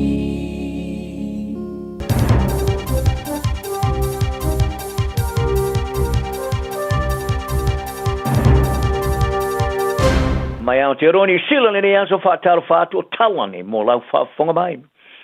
Wa mana tuaina tai whaaporikiki New Zealand e le pāne mia mo New Zealand na nai Jim Bolter stangata e mawa e tele ma stangata savali e opo. O le pāne mia mo sa maliu le sol lulu le vaso nei le ivas fulu tau sanga o soifua a o si o mia lana whanau to iwa se fulu valu whanau an whanau malona whale tuaia chaun malona inga. Sa whairoa e le pāle mia ni sila Christopher Luxon e le Mario Bolger o se whanoanoanga loloto. Mai e tā wai o Bolger o stangata sa mawa e tele whainga whaaporikiki ni sila. Ma se tai e mau te tū ona tele tonunga o se tangata tau tua tele mō tangata. Bolger sa whai e e le whianga o wharela tai e le sua whananai sana malangatu I Samoa ave ma pāle mia. Sa urua e whiriwhiria le pāle mea ni sila le awhi sa lau whis marelua. I le siria ma le tols futusanga o tautua yani sila. Sa ave ma pāle mia ma le awhif sa lau iwas fulu e o le awhif sa lau iwas fulu fitu. O le pāle mia mo mua tu ni sila to o savili John Keys a i whalia o bolja o stangata e tala noa mani manatu malosi ai e na te le fa iloina I se winga fai fa malosi a o ve ma pare mi ia ki sa masani ona vala i ai bolja e ofo i ai ona manatu ni mata upu o talentinga sa mo Don McKinnon sa ve ma sui pare mi ia bolja mo ono te sanga sa ia fali ai o bolja o stangata matua i ofo ina lan tau tua ile tunu le tulangi malona inga o le tama tai pare mia mo moatu Helen Clark sa I failo foilo na whanau nonga tele mali o bolja mo ia ta uai le ato o tō le tautua po lana tautua le I New Zealand o le tai ulo le pātia le leipa Chris Hipkins sa ia ta ua foi o le taimi sa ave bolja ma tai o le tunu o le vai taimi lo le mawa o swinga I tama ainga ma mata o pulau tele I le tai ulo le pātia le New Zealand First Valvasa mani Winston Peters Sala te ia mabolja ia li tu ai ngo fainga malo fosa ia le vai temi o le o ia nei o MMP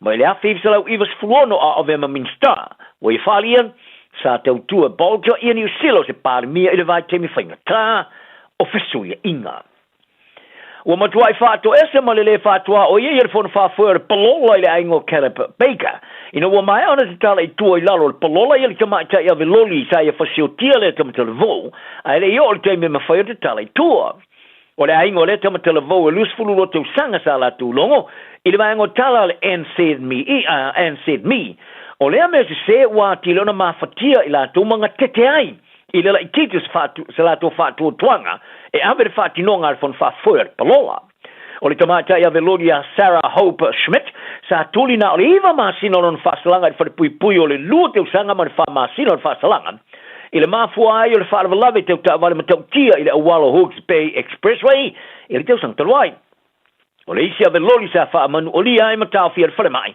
o no le fa lave ina o so ama I tu le loli Kelly Schmidt ia le kiu ta vale o tu lungo le tele te luaino na fa nga ino lana telefone fa ave ai atong fi al failing sa te tino Schmidt le monio molianga lua ile ave ta vale mtau tia ma foi le fanu le soi fu ma fa manu o le seisi e sa ta tala tu ile lo palola ile se malelimo you lai o le ke sanga nei ina o mo tu la ile mo le lau fon fa for palola ma fa no nanga tu se le mo ile so mo you lai fa li ere te fono le fono fa for palola le mai te fa masino Jan Mary Duke wala to mai doina et fatto ama faiona te tala I tua e Schmidt le lua vai a se muliane il a so los fluili a los fluiva o le massino you lai ma ia tau tino ai la tu se il fatto ngaina o le tala I tua wala pata ia le tina professor o lango mo tanga Pasifika I New Zealand fa pe o toi te unga le tu la fono nga kusa ko kongi the Equal Pay Act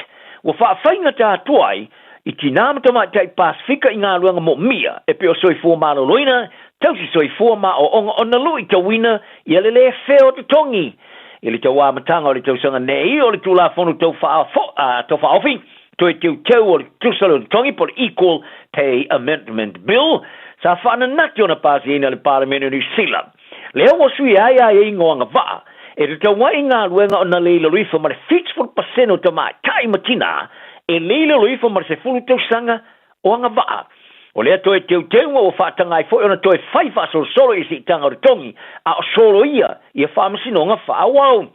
O lea fionga ia sao noa maari Dr. Karanina Sumeo ne tama taiko mesina mua ringa tuso awa noa o ngā ruenga Equal Employment Opportunities Commissioner sa ia longo le maango tala le PMN News o swingo le ai inga tino whawhiti ai te tau whaltu la whono ali ma tama tai whainga ringa Pasifika I le wheo te tongi ona manatu faali e muni mai le ungo so ngar fon fa tono uni fa to inga ni sila lesa fa iloi o le mema nino ile tu la fono o yai tangata Pasifika fa ingalo nga fua mo tu sang a to pe fa tuset satu ia li matama tai pa palangi am tama ila sa sumali mo ke topa fa ali sa no mali sa tilo il fon fa tono uni fa tu ngano tu tongi le tu la o lo tu tongi tang fa ingalo nga ila tu ngalo nga fa ingalo nga uma ile tu no mai lo ai o le tutongi le litula mo tinama tama tai Pasifika e mawala watu pe fa tu sa istanga tanu ni sile pe palangi Asia ma Maori o le mele na o nga lu fu ai tanga Pasifika o no lo misia ile ese sengo fa tu nga no tutongi le vao tanga Pasifika ma palangi o te tonu i ta o Pasifika o tanga to mai fa pito ile tawala tu misia va no le e tu fatu si ai le malamo tangata o ele e fuafuanga o wha masaninga i suinga le town. O lea te tununga o wha iloa, a o tawa fia le whaitau se lau saintisi, ta e o le kelope, ma tangata wha pito i wha masaninga i suinga le town ma le kelope, i kala i stete le vasanei.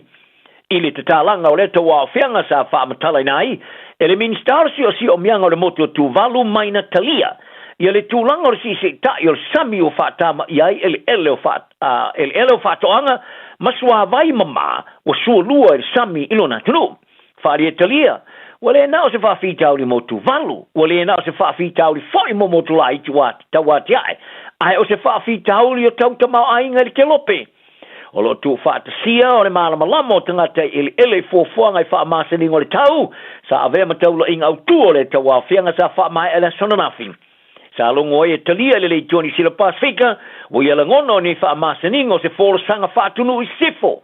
Ma ua mo mia ele whaasa oloto o tātou mawhauwhau mai whainga whaakolone, whaasa oloto mai o tātou nganga, pe a whai tātou te mana o tu whaatsia uma, ia fuafuanga o whaamasaninga, e whaavaina tangata lautele.